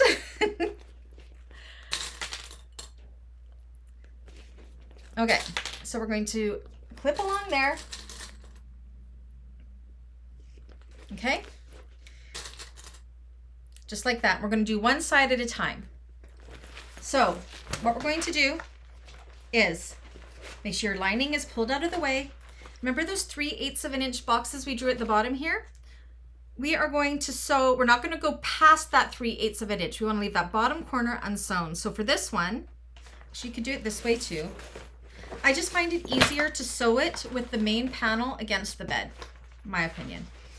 We're going to put our needle down in that little square there. So that little square, we don't want to go past it. Backstitch really good. And sew all the way up with a 3/8 of an inch seam allowance and backstitch. Okay, so let's go ahead and do that. We're just doing the one side.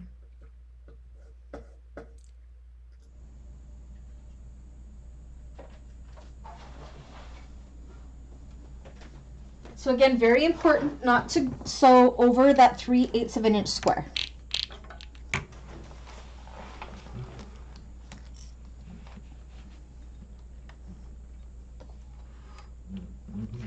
So making sure my needle going down right at the top of that square. Making sure my lining is out of the way. It's going to look like a hot mess. Just trust the process. Backstitch well, and then sew all the way up with a 3/8 of an inch seam allowance.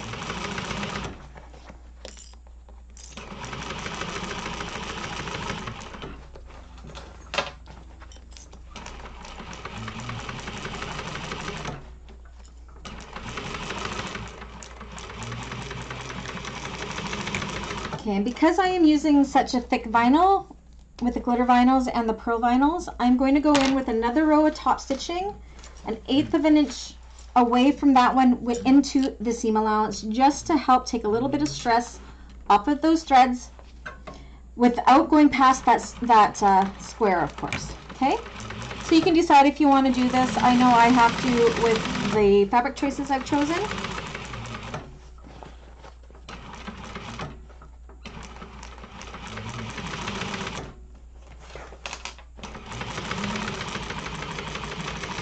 Okay, that's 1 of 4 done.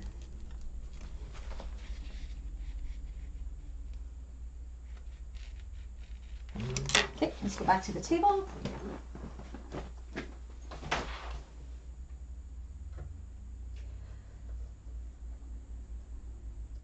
Whoopsies. Valerie, usually it would be hard to birth, but this one isn't hard to birth because we're going to birth it through a full open bottom. So it's super easy. Designed it that way. Trust me. Okay, so this is what that looks like. Again, see, we didn't go past, so our corners are free and clear on the bottom. We're going to go ahead, again, take your linings and keep them out of the way. And we are going to do it for all 4 sides. Again, making sure you're not sewing through your lining panels. We will do that later.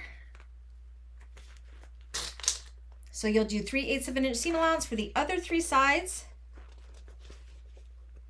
making sure that you don't go past that 3/8 of an inch square. So I'm actually going to go ahead and I'm going to clip all of my sides together now, and then I'm going to stay at the machine and do all of my exterior.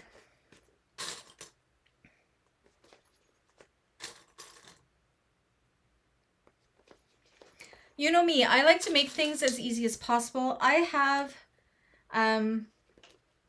some pretty bad carpal tunnel, so turning bags hurt me a little bit. So I always try to modify patterns in a way that it's an easy birth to save my arms. This one we did just for that too. So, okay, so I'm going to do the other 3 sides. Again, making sure you're lining, staying completely independent of your exterior. It's going to look like when we get to the lining part, it's going to be funny. You'll see. Okay. It's built-in episiotomy, pretty much. I love this vinyl. So this is the Pinup Pink glitter vinyl from Galaxy Customs, and my favorite of her vinyls, the pearls, is my cream colored one. I love the pearls, love them. They are an auto upholstery vinyl used in vintage cars. Anna is an auto upholsterer, I can't say that word, as well as a sewist and bag maker. She is not here for this class, mainly because she does have another daytime job and she works Monday to Friday. And as this is kind of the month I'm only working part-time, I'm not working weekends, so we didn't have a chance to do this together. But she sends her well wishes. Everybody say hi to Anna. You're here and I'll pass on your hellos. She does watch them after the fact. Okay, and I'm just going to clip my last side, and then I'm going to go ahead and sew these exterior sides.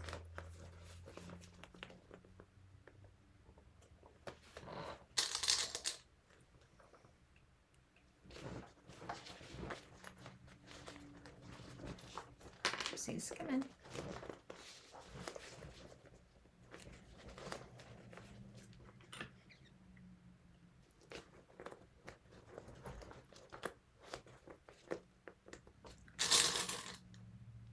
Dawn says hi to Anna. Who else wants to say hi to Anna?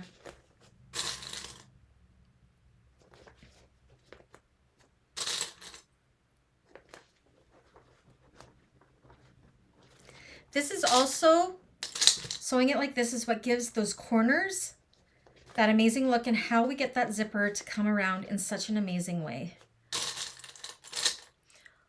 August Sternalane says hi, Anna. Valerie says hi, Anna. Rochelle says hi, Anna. Cynthia says hi, Anna. My bestie from Ontario. The Purple Unicorn says hi, Anna. Oh, she's going to love your name being the Purple Unicorn. Okay, so I will finish reading the hyenas when I get back from the machine. Let's go ahead and sew these 3 sides. We are going to stay on till it's done because we are so close to being done.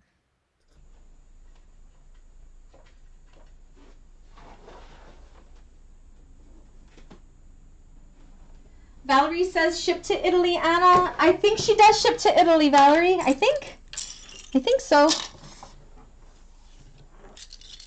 I think she does. I could be wrong. Okay.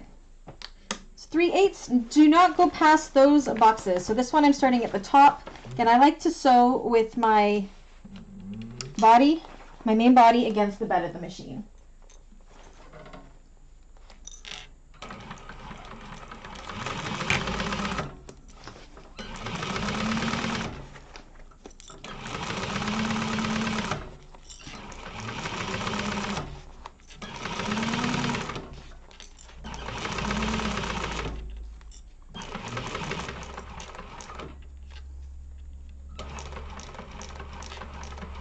Again, I'm not going past that 3/8 box. Backstitch well at that box. And then again, I'm going to go in with that second line of stitching just because I'm using such thick vinyl. I don't always do this, but I hate it when you get those ladder stitches because the vinyl is thick and you just need to have just that little extra. And of course, you don't want to go over top of the same stitching because that can cause perforation in your vinyl and you don't want it to tear. So just beside it, this helps add a little extra strength. Don't go past that square. 2 sides then.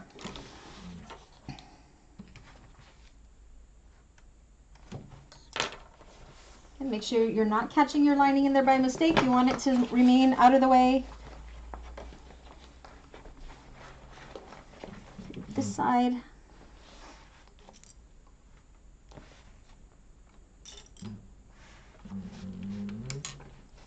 So yes, a super unique construction, but I think it is really cool.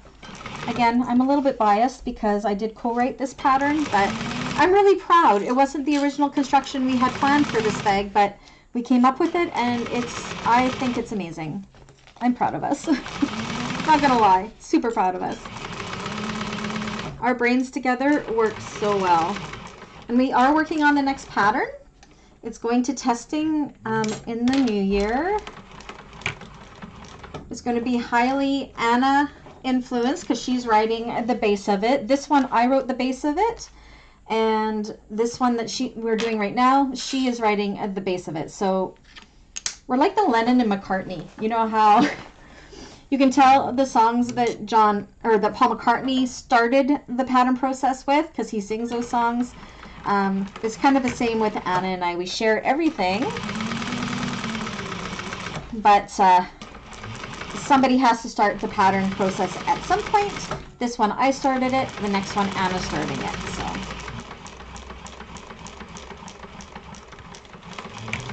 And then we add our own flares to it. I don't know. It's a partnership made in heaven. Okay, 3 sides done. And the final side. Again, make sure it's good. Now your lining's going to start feeling tight. You guys are going to be like, what are we doing when we do the lining part? But it's doable. Trust me. Okay. Needle down. Don't go past that 3/8 square. Make sure you're only going through what you need to. There we go. That's better.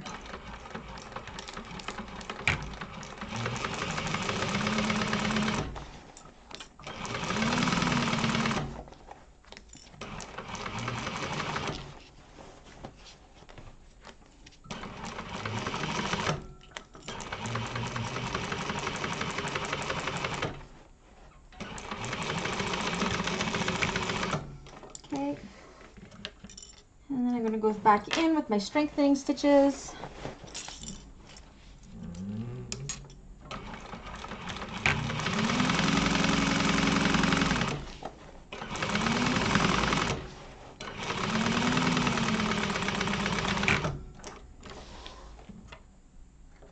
Alrighty.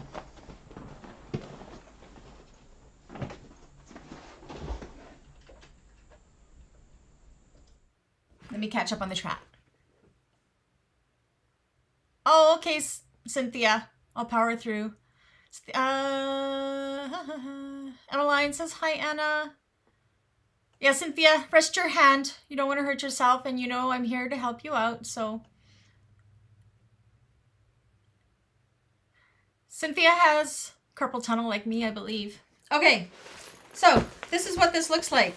Kind of looks like a hot mess, doesn't it? So that takes us, page 14. To step 5. Okay.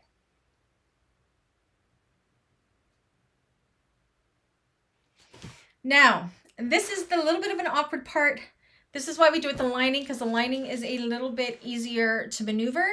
But we are going to do our lining panels the exact same way. Okay? I know it looks like it's impossible, but trust me, it isn't. Okay, so let's clip it in place. So we're going to bring the lining down like so and match up that bottom.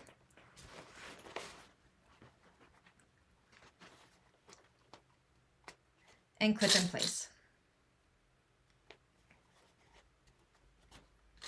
It's going to look like a hot mess, I promise you, but trust the process. It's worth it.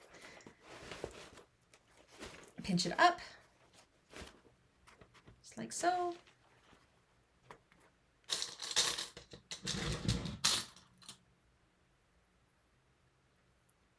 That's right, it's arthritis, it's not carpal tunnel. I know we talked about it. Okay, so yes, because the exterior, it will want to pull on it a little bit, but that's okay. That's why I strongly recommend you do the exterior first, because the lining is a lot more flexible. Let's just kind of pull it tight and make sure you evenly distribute that all properly.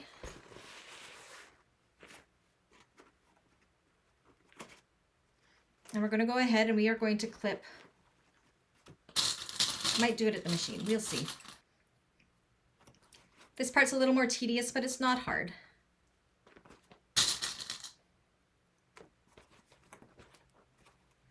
There we go. So now with this one, what we're going to do is we have that 5/8 or 3/4 of an inch box. You can do it however wide you want to. Is that vinyl fighting you? Looks easier than you. It's not fighting me at all. Not fighting me at all. It's just because of where they're attached for the stitching here. So it kind of, the lining ends up being a little more tedious because you don't have as much flexibility to work with. But just use a ton of clips. So this is one where we are going to start our stitching at the top. Is going to be 3/8 of an inch seam allowance. And then we're going to branch down to 5/8 of an inch seam allowance, 3/4 of an inch-ish. But do not go past that box at the bottom once again, okay? And we will be doing that with all sides. So let's go do the first side first.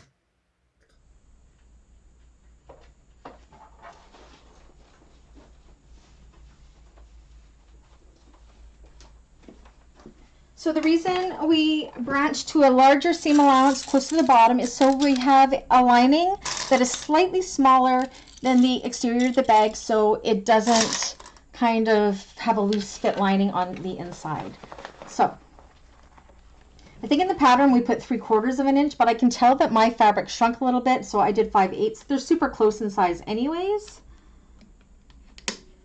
So now I'm starting at the bottom because I like to put my main panel against the machine. So I'm going to have to start where the square is. So I'm going to start out at the bottom, at the top of that square, at a 5/8 of an inch seam allowance. And you just kind of got to hold the exterior out of the way. Backstitch really well. Hold everything super flat. And then about 2/3 of the way up, you're going to branch back down to a 3/8 of an inch seam allowance. So I say almost where you see the seam where the gussets meet. That is where you can start branching in or branching out, depending which direction you're going, to a 3/8 of an inch seam allowance the rest of the way to the top.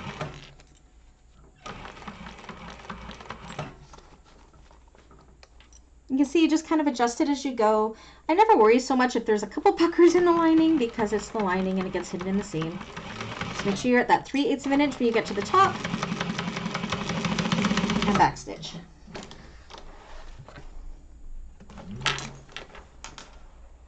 Okay, oh, I got a pucker there, but that's okay. Okay, so that's one side done. I'll take this back to the table so I can show you what I'm doing.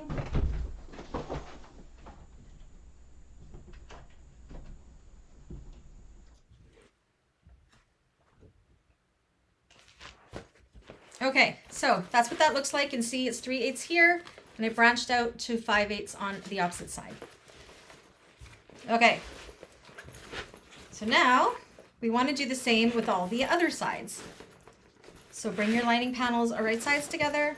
Let's do the opposite side of that one. Is this the one I just did? Yeah.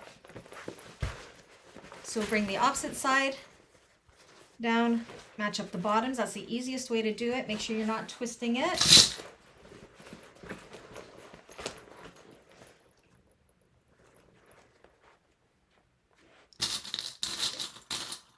It looks effortless.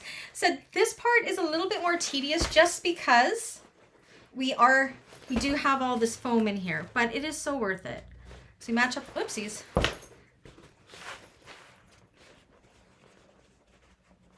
Match up the bottoms first.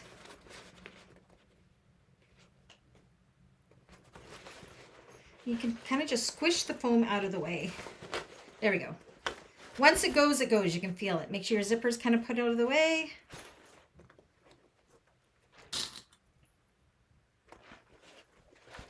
But can you see why we do the exterior first? It's because if you did the lining and then had to kind of manipulate the exterior in the way we're manipulating the lining, it would be harder because of it would be a lot more awkward. Whereas the lining is a lot easier to manipulate. And if you get the odd pucker or whatever in the lining, nobody's going to see it.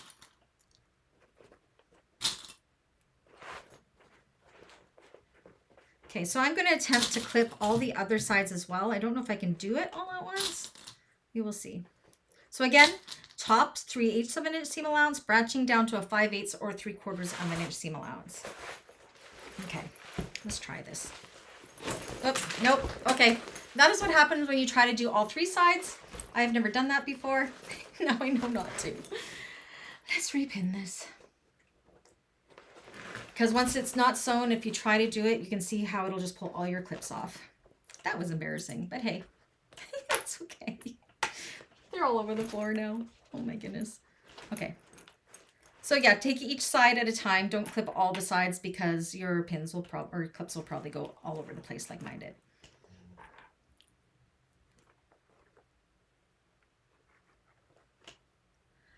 I love vinyl or the foam with vinyl. It just gives a really nice squishiness to the bag.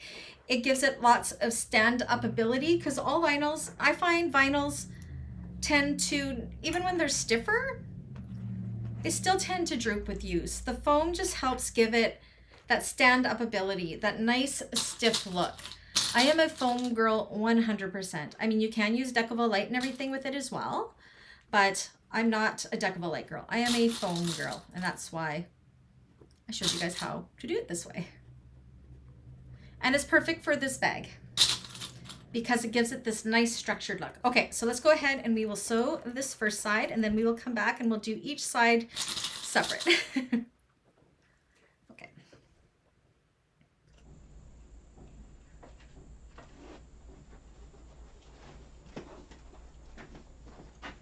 Okay, so for this side, we'll be starting from the top. So we'll start at 3/8 of an inch seam allowance, and then when we reach the seam where the gusset starts meeting, then we will branch to 5/8. So again, make sure you're only sewing through the lining pieces. This does look a little bit awkward, but I promise you it's not. Just hold the exterior out of the way, starting with 3/8 of an inch seam allowance. You can see once you get that exterior out of the way, it's fine. And just go clip by clip. Okay. Right about here, I'm going to start branching out towards my 5/8 to 3/4 of an inch seam allowance, and then making sure that you start and stop at that box. You do not want to go over,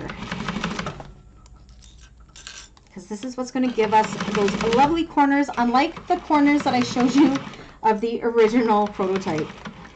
That was just a hot mess. Okay. I'm going to knock that sign off my wall there. Okay, that's 2 sides done. We'll go back to the table and we will clip the other sides.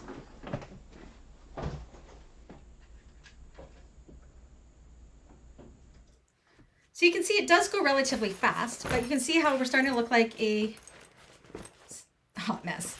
But just go with it. Trust the process. Okay, let's do another side.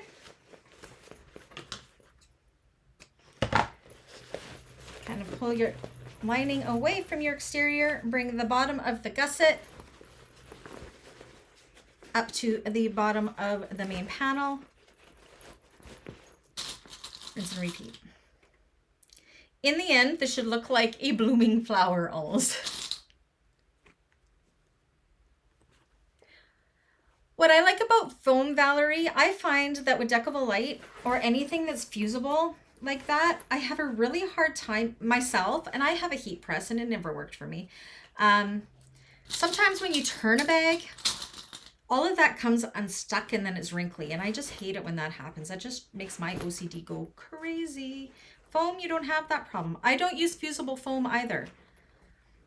I prefer sew-in 100%.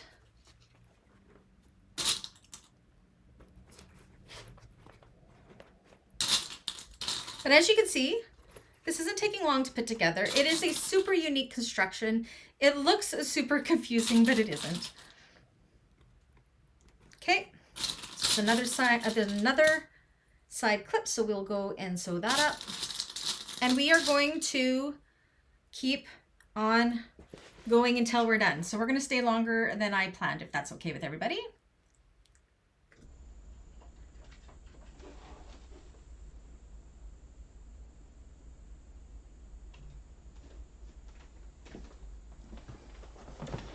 Catherine, I'm not having to pull too much. I'm actually using my elbow more than my wrist, if that makes sense.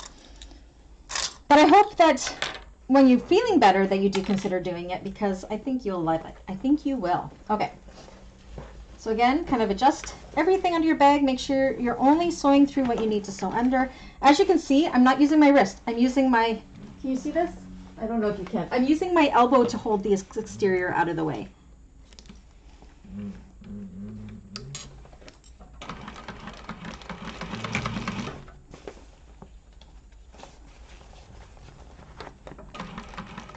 So yeah, I'm not feeling too much on my wrist as I'm doing it. I'm feeling it more on my elbow. But it's not a big weight and it's not a lot of pressure that I'm applying to hold it out of the way. It's just kind of tugging it out of the way a little bit. Just so, whoopsies. It needs to be where it needs to be. Okay, so I started at the 5/8 box and I'm working my way up this side. I'm branching into my 3/8 of an inch as I come to the top. And back stitch. One more side to do. Back to the table.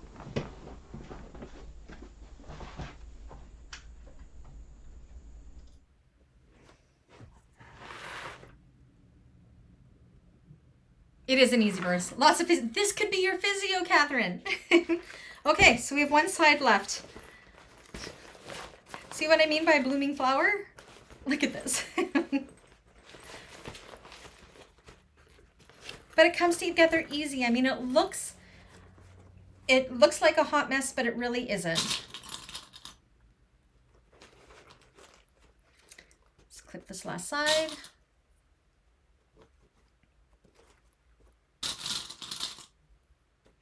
And the birth is super easy. And we will be testing it because I've actually never done it in glitter vinyl. Now, Nicole, who's one of our testers, did it. I'm actually copying her tester bag because my client saw it and wanted one just like it. So I asked Nicole if it was okay if I replicated her vision, and she did.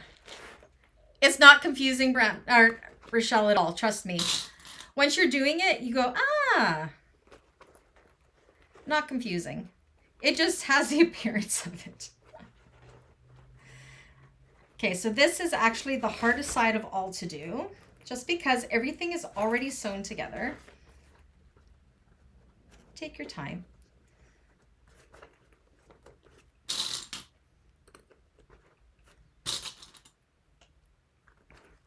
Everything should fit together fine. Yeah, remember when we sent this to the testers, they're like, what the heck, you guys? And then they did it, and they're like, whoa. We're like, right? You just gotta trust it. Trust me. Oh, you will see it. You'll see it, Valerie is coming. Okay, so let's go and sew this last side. And then we only have one more thing to do with these seams, and then we are working on the bottoms and the birthing. All right, so you can see that goes together pretty fast. And don't let how different it looks affect you for it, because it's easy. And what we want to do is show different ways of building bags. That is our kind of like our mission statement, is we want to come up with new and different ways, oopsies, I lost my clip, of building bags.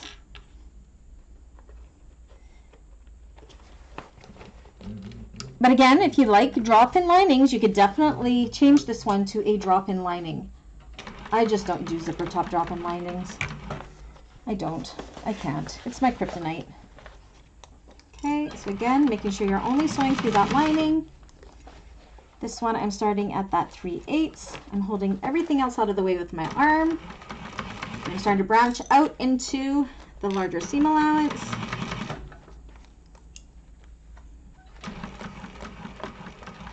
As I reach the bottom.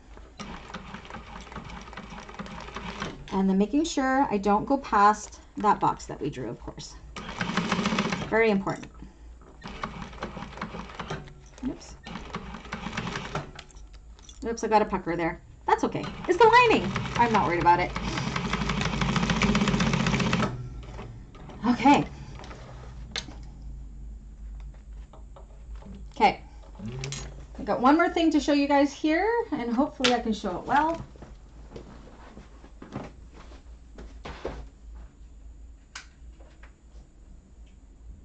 We do want it to be unique. Okay, so see what I mean by a blooming flower?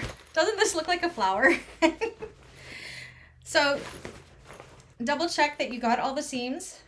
And we did. Now, so I have it, so here's the bottom, okay? I have it so the bottom is up. And you can kind of see when you're looking at the sides here, so now my bottom's going this way, you have your lining seam here at that top corner and your exterior seam here at this corner. What we want to do is bring those two seams together, okay? See what I'm doing here? So these are the side seams that we just sewn. Same with this one. We're going to take this seam here and this seam here, and we're going to bring them together like so. And just for about 1 inch at the top here, within the seam allowance, we're just going to do about a 1 inch stitch within the seam allowance. And what that's going to do is, because our zipper panels are separate from one another, it'll make it so they are attached here so that lining panel does not fall into the bag, which, trust me, we don't want that to happen. So you can kind of see here where it is in proportion to the bag. We're just doing right there through that lining seam and the exterior seam, and just within the seam allowance, not past it. And again, that's just going to secure that lining in place so it doesn't slump into the bag. And we need to do that with all 4 corners. So when you're looking at it like this, they kind of are right by each other. So I'm actually going to go ahead and pin them all right now, or clip them all right now. So this is along the sides, just at the very top. So you can see there, here and here, same with here. When you're looking at it like this, here is our gusset bottom and here are our top corners. Bring those top corners together, the lining and exterior, and clip in place. This step is genius. That's because we're awesome.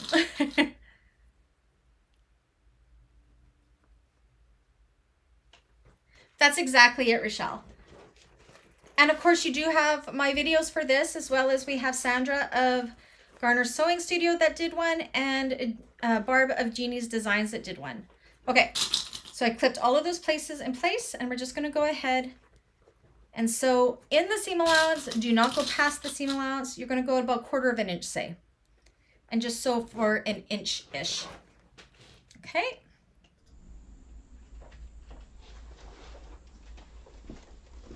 I mean, you could skip this step, but your lining will be baggy if you do. Okay, so again, in that seam allowance, just for a little bit. Make sure they're matched up.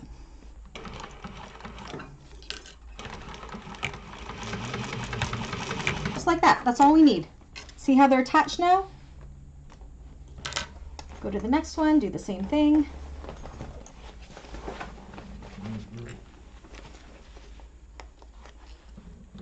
But you could definitely skip this if you wanted to. I just think it makes it better so it doesn't go in. And it's easy. Like, it's not hard to do at all. That's 2.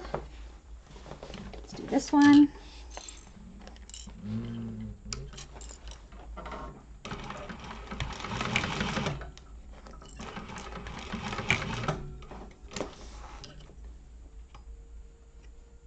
It's 3. You can see it's fast.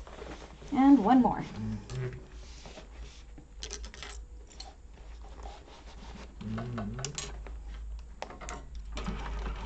We're almost done. We're to the bottom and the birthing now.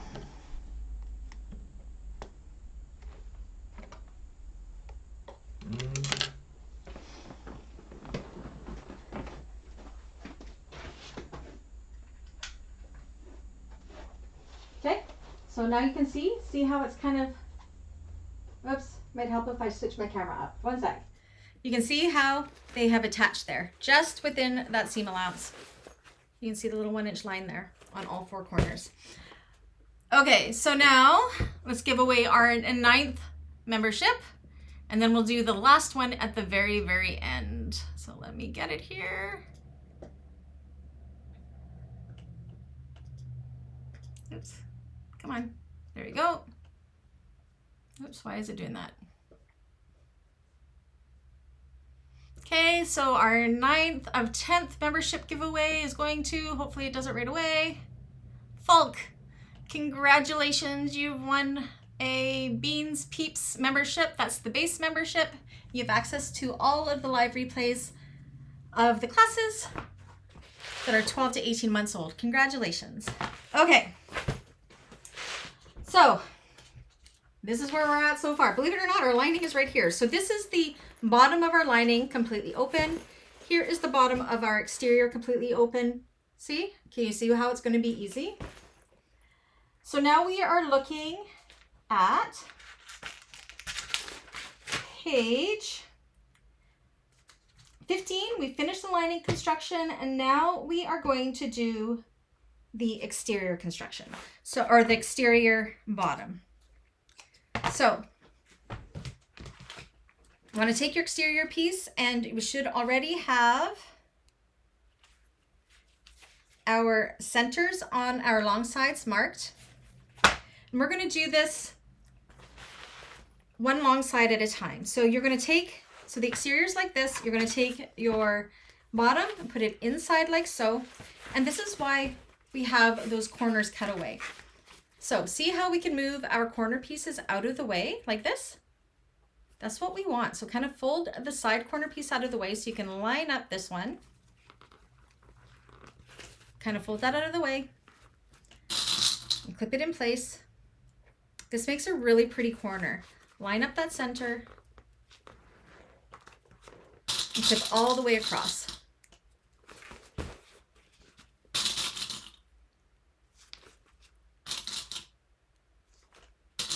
We're almost done. Almost done. Bring it around the other side. Again, you can see how our corners are free and clear of each other. So you can kind of line this up like so.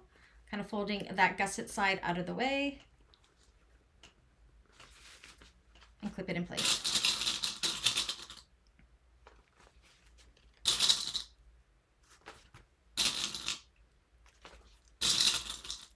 Okay, so now, whoops. Now we're going to take this to the machine. We're going to lay it so the main panel is against the machine. Hold all of this back. And we still have those squares that we drew here. So we're going to start at the square. You're not going to sew over the square. Backstitch, go all the way across and sew to the next square without going past the square. Just for one long side.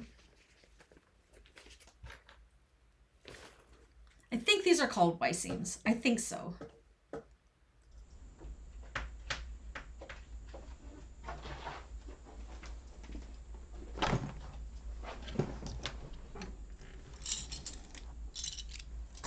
Okay, so again, kind of make sure that lining corner or that side corner is out of the way. It should stay out of the way. Put your needle down right where that box starts. Backstitch and then sew across to the other side, stopping at that square.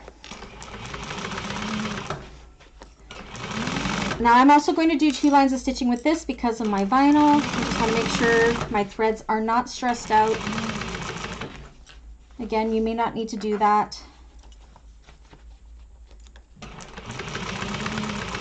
Okay, I'm coming up to the next square. Make sure everything stayed lined up. Yep. And backstitch. And then I'm just going to go in with that second line of stitching to strengthen my seam. But don't go past that box.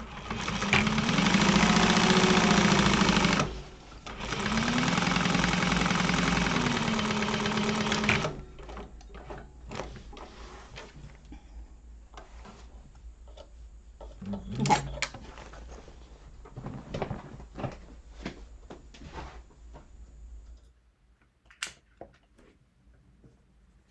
All right, so we've got one side sewn on, you can see. Look how good that looks. I can see my stitches aren't stressed out, which is good. Now we're going to do the exact same thing on the opposite side. Do not worry about the sides right now. We're only doing the long sides. So, and you can see from my stitching, if you've done your stitching right, you should see, I'll try to show it here. So here's my side seam and here's my bottom seam. And you can see how my side seam stopping at that mark and my bottom seam stopping at that mark, you get a nice and perpendicular angle, and it still leaves this whole corner free and clear, but it's sealed up that corner. So you know if you've done it right because our side seam and our bottom seam match up. Okay. If you need to go back in, if they don't match up and adjust, you definitely can do that too. Okay, so match up that center mark. And we're going to do the exact same thing again. Look how perfectly this bottom fits in there. So again, you kind of have where our sides are like so, kind of pull that side piece out of the way and sandwich. So that's where it becomes a Y seam. See how those three corners meet together? 1, 2, 3. That's what we want. But we don't side sew into that part. We don't go past those boxes.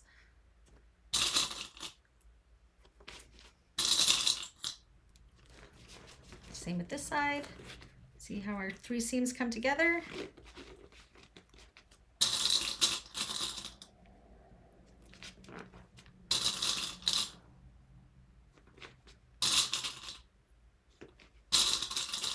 Okay, and now we're going to go and sew across that one in the same fashion.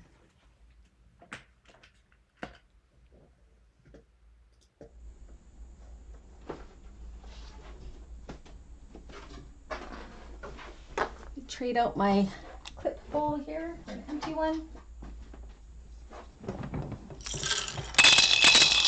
I'm just going to check my thread quickly. Oh, I got lots. Good.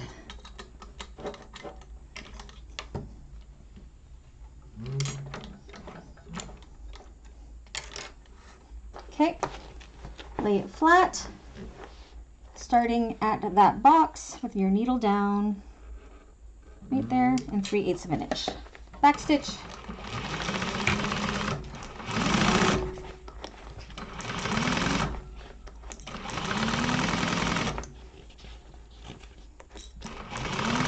Easy.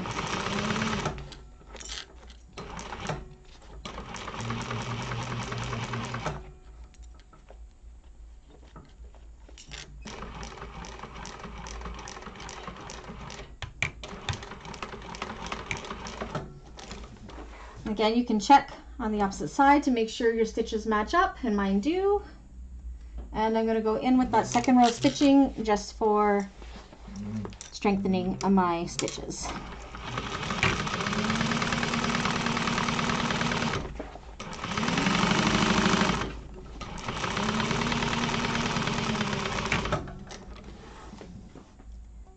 Okay, I'll go back to the table and show you the sides.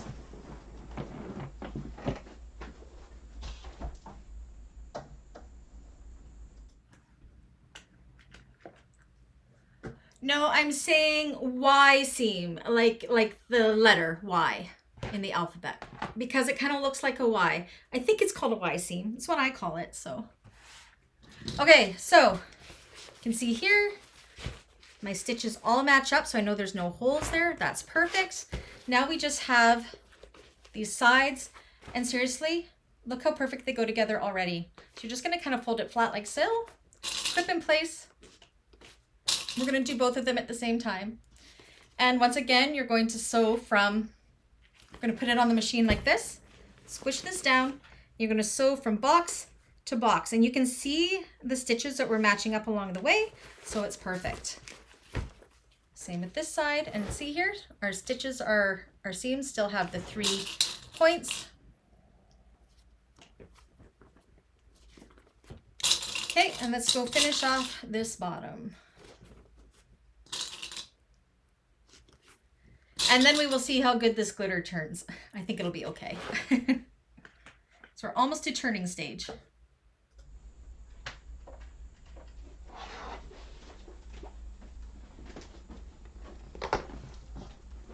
Okay. I always get excited at this point because we're at the home stretch. Okay, got my threads out of the way. Flatten it down, starting at that 3/8 of an inch box. Needle down right there. And so across the other side.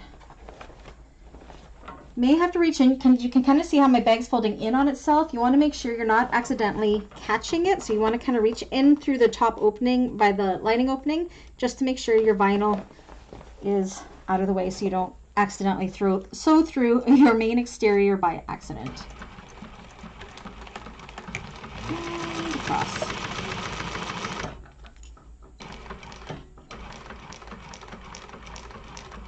And backstitch. And then go in again with that second row of strength stitches. And do the same with the opposite side.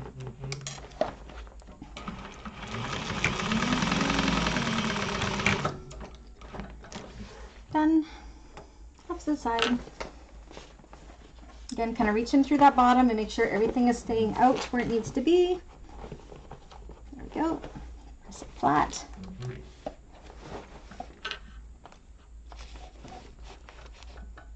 Start and stop at those boxes.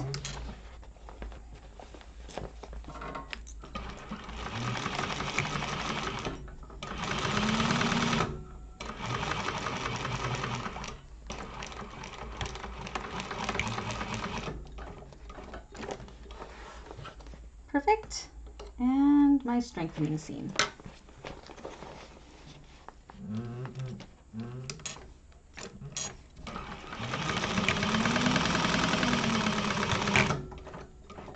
Done. Okay.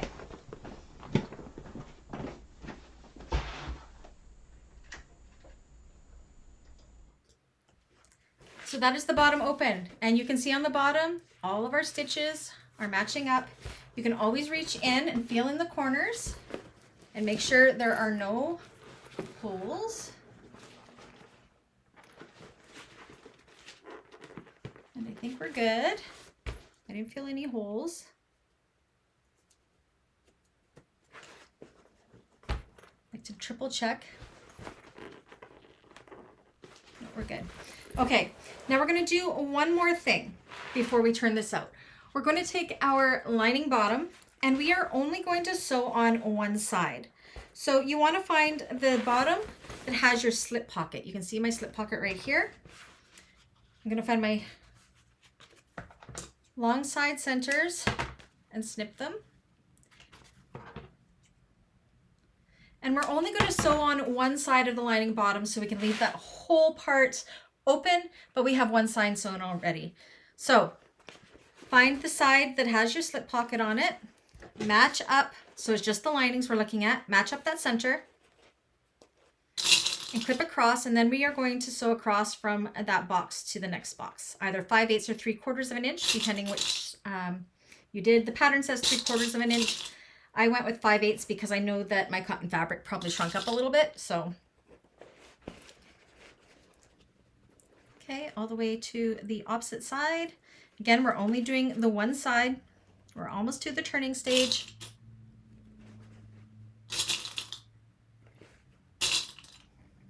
So making sure that everything else is out of the way, we're just going to sew that one side of the lining from that box to the opposite side box.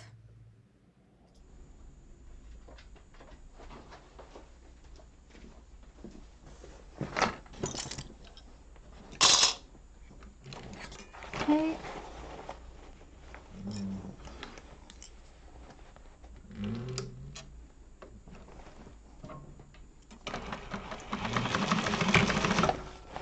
And across the other box.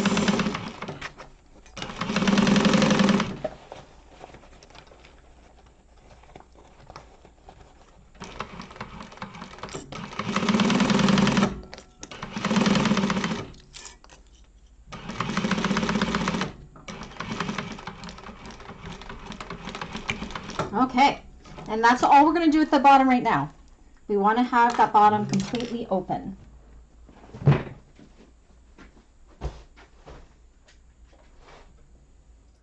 Okay, I need a drink for this. We're going to turn it. So birthing I sometimes have issues with, but this one should be easy because it's an open bottom. But I am using glitter vinyl, so wish me luck. So once we have that done, so we are to Page 15, we have installed the exterior and we're to the finishing up section. So now our bottom is completely wide open with only one side sewn on. So you're going to reach in and birth the bag. Watch how easy this is going to be. Keep in mind I'm using glitter vinyl, so it's a little tougher, but it's not going to be hard at all. If I can do it with glitter vinyl. Come on. My vinyl is sticking it to itself, but we'll get her through. The zipper is huge to be turning through it, which is great.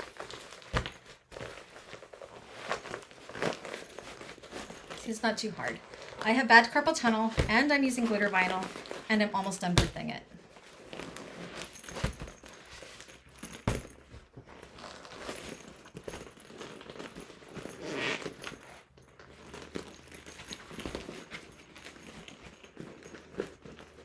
Kind of poke out those corners, and this is why I call it a Y seam. Look, doesn't that look like a Y? Look how beautiful that corner is. And that's from going from those boxes to those boxes. So poke out those corners. Oh, I forgot to trim. Okay, we could have trimmed away some of that bulk, but this is fine. In the pattern, I trim away a little bit on an angle, but I forgot and I'm not turning it out again, so. The other ones out.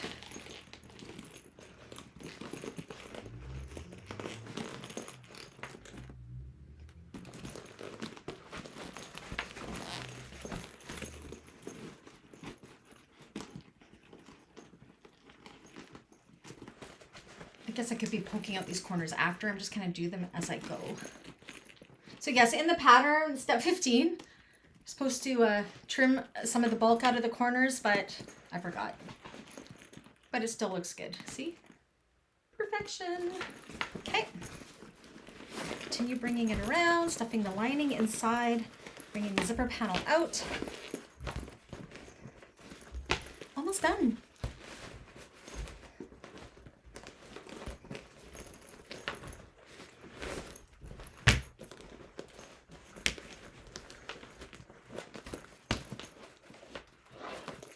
I am sweating now. So actually it's not that bad with the glitter vinyl. It's a little bit sticky, but it's not too bad at all. I don't think I could have done it through a smaller opening, to be honest, but here we go.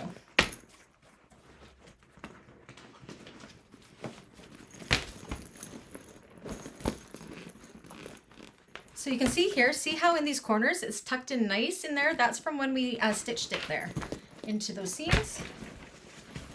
Push everything in.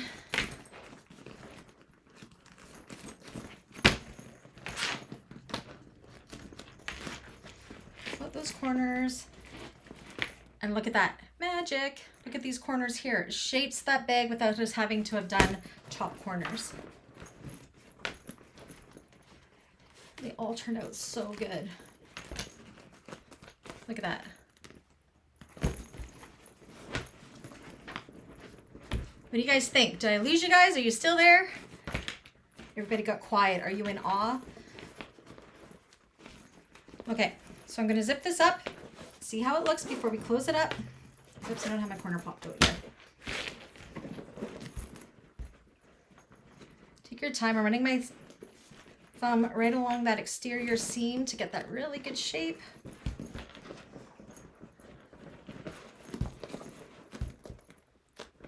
Don't they?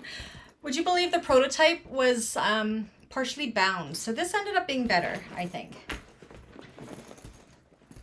We definitely didn't have those Y seams in there.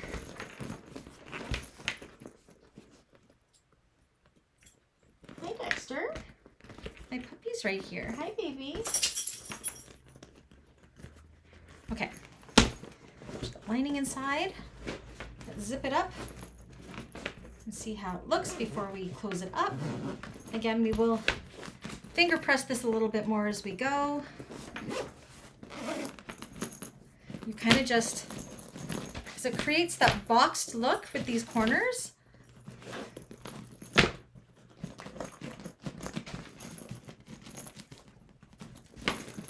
And then that really awesome around the side. See? Whee! It's like magic. Look how great the sides look. Yay! Okay. So now all we have to do is finish up the bottom of the lining and sew up the zipper pocket.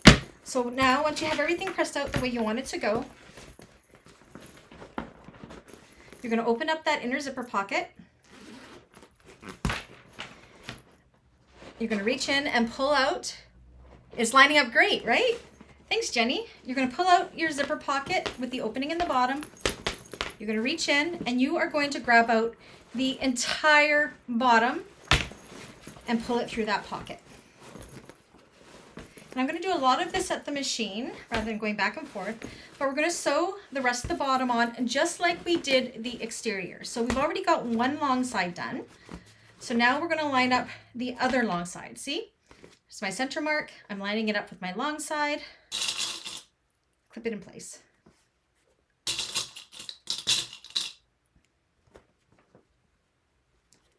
See, and there we have those seams just like the exterior. Jenny, are you going to make one of these? I hope so. The other side. So we're going to sew the one side at the machine, and then while I'm at the machine, I'm going to finish up the two short sides as well, and then we'll come back to the table. Because it's exactly like we did with the exterior, except for we're going from that 3/4 inch or 5/8 of an inch box to the opposite box. Okay.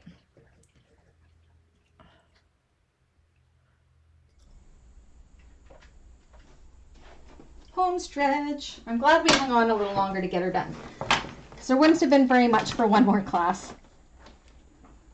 Oopsies, what do I got going on here? Slit. Okay. So if you've watched my videos before, you know I always finish up my bottoms through the lining, and the exact reason why is easier turning, and it saves my arms because I have such bad carpal tunnel.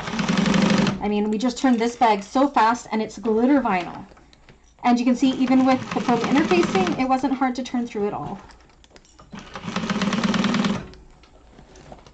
So all the way across the opposite box. Make sure you're not sewing through your exterior. You're kind of folding it out of the way.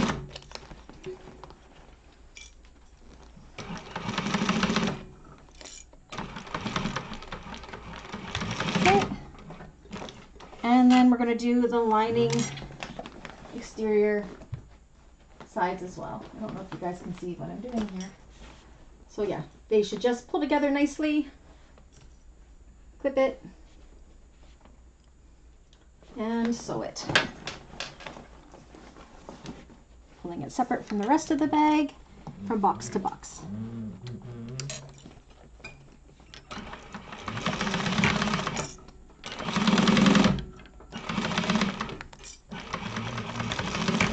Side's done, and the opposite side, same thing.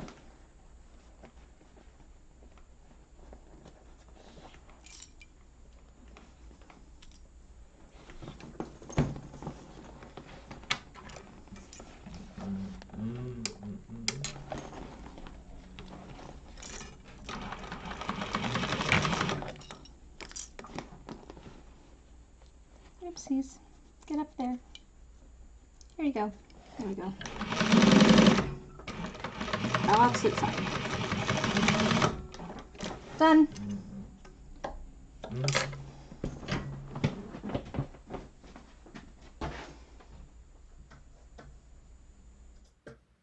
Oopsies.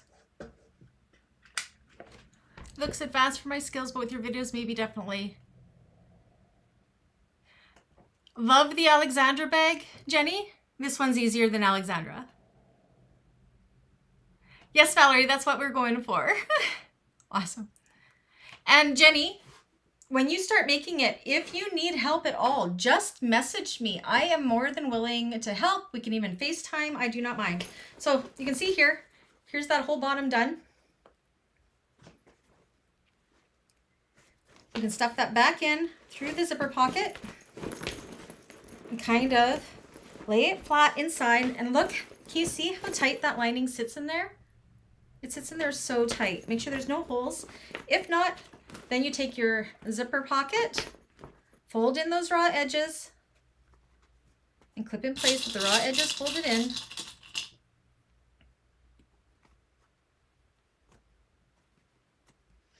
Anna has all the color of glitter vines. Hi, Nicole. No, you didn't miss it. We stayed on a little bit longer just because we were so close to being done. Okay, and then I'm going to top stitch that shut.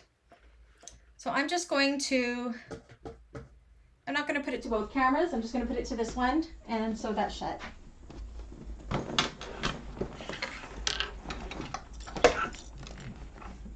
Right along the top.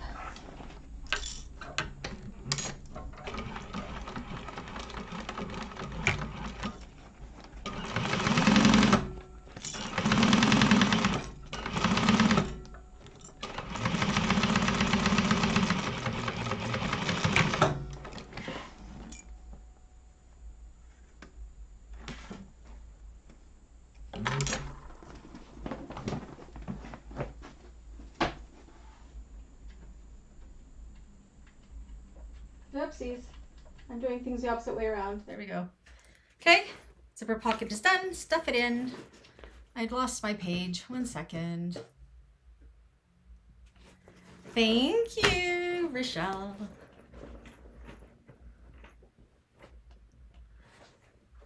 I got this lining from a local quiff shop, and it's a foil something or other.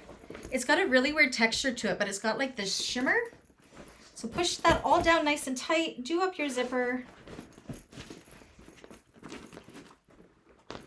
You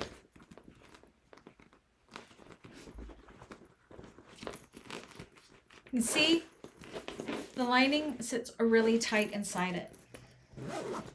Zip it up. Again, you may have to kind of, your machine is crying thinking about sewing that, meaning you want to or you think it's scary. It's not scary. It is a lot easier than it seems.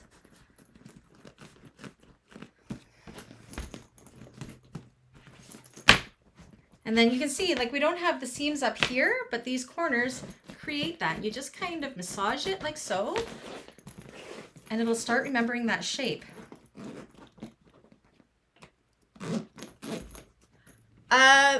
We had testers do it on, we have a tester that has a domestic, and she had no problems, and she did hers in cork. That was Lise, but this is what it looks like.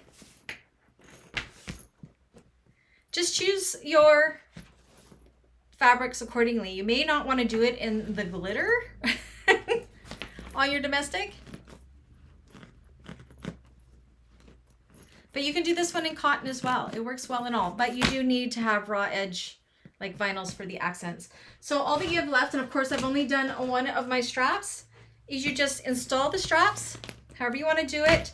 Make sure your accents are going whichever direction you want to make it the same on either side. I'm not going to put these on just yet because I want to put strap ends on it still. But I like my accents to be towards the center.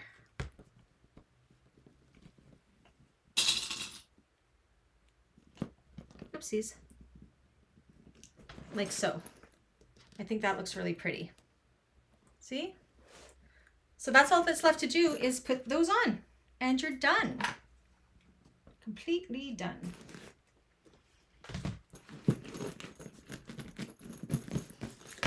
I loves it. Loves it, loves it. So what do you guys think? So this is how the membership classes run. We usually do bags in 3 to 4 classes from cut to finish. There's usually homework to do in between. And then in the end, we get a bag done together. So I just have to add on those straps and she is finished. She turned out lovely. I hope this has encouraged you guys to try this bag. Again, It's mine and Anna's first pattern for Pin It Up Patterns. We're pretty darn proud of it, and we just want you guys to love it as much as we do. Again, if you are making one of these and you need a hand, feel free to reach out. I'm here for you. I still have one more membership to give away, so let's do that. Thank you so much. Okay. One more membership. And then we will call her quits. Here we go. And all of these, I'm paying for these out of my pocket. My gift to you guys. I gave away 20 memberships between last week and this week. Maggie, congratulations. You won a Beans Peeps Club membership on the channel for the next month. Enjoy. Yay. And we are done. Thank you so much, everybody, for sewing along with me. I do hope you enjoyed this public class. And if you want to take more classes like this, make sure you check out the membership side of the channel. We do them on Tuesdays and Thursdays. There's different membership tiers. When you hit join, you can decide. On Thursdays in January, we're doing the Yana by Sewing Arts. And then on Tuesdays, we are going to be doing the Lamanza Wallet by Country Cow Designs. Let's see. That reminds me of Vintage American. We were inspired by a stewardess bag type look. And that's why it's called the Up and Away handbag, is because this is the perfect carry-on bag, you guys. It totally is. It totally is. It's not too big. It's not too small. It fits under the seat. And yes, stewardesses was our idea behind it all,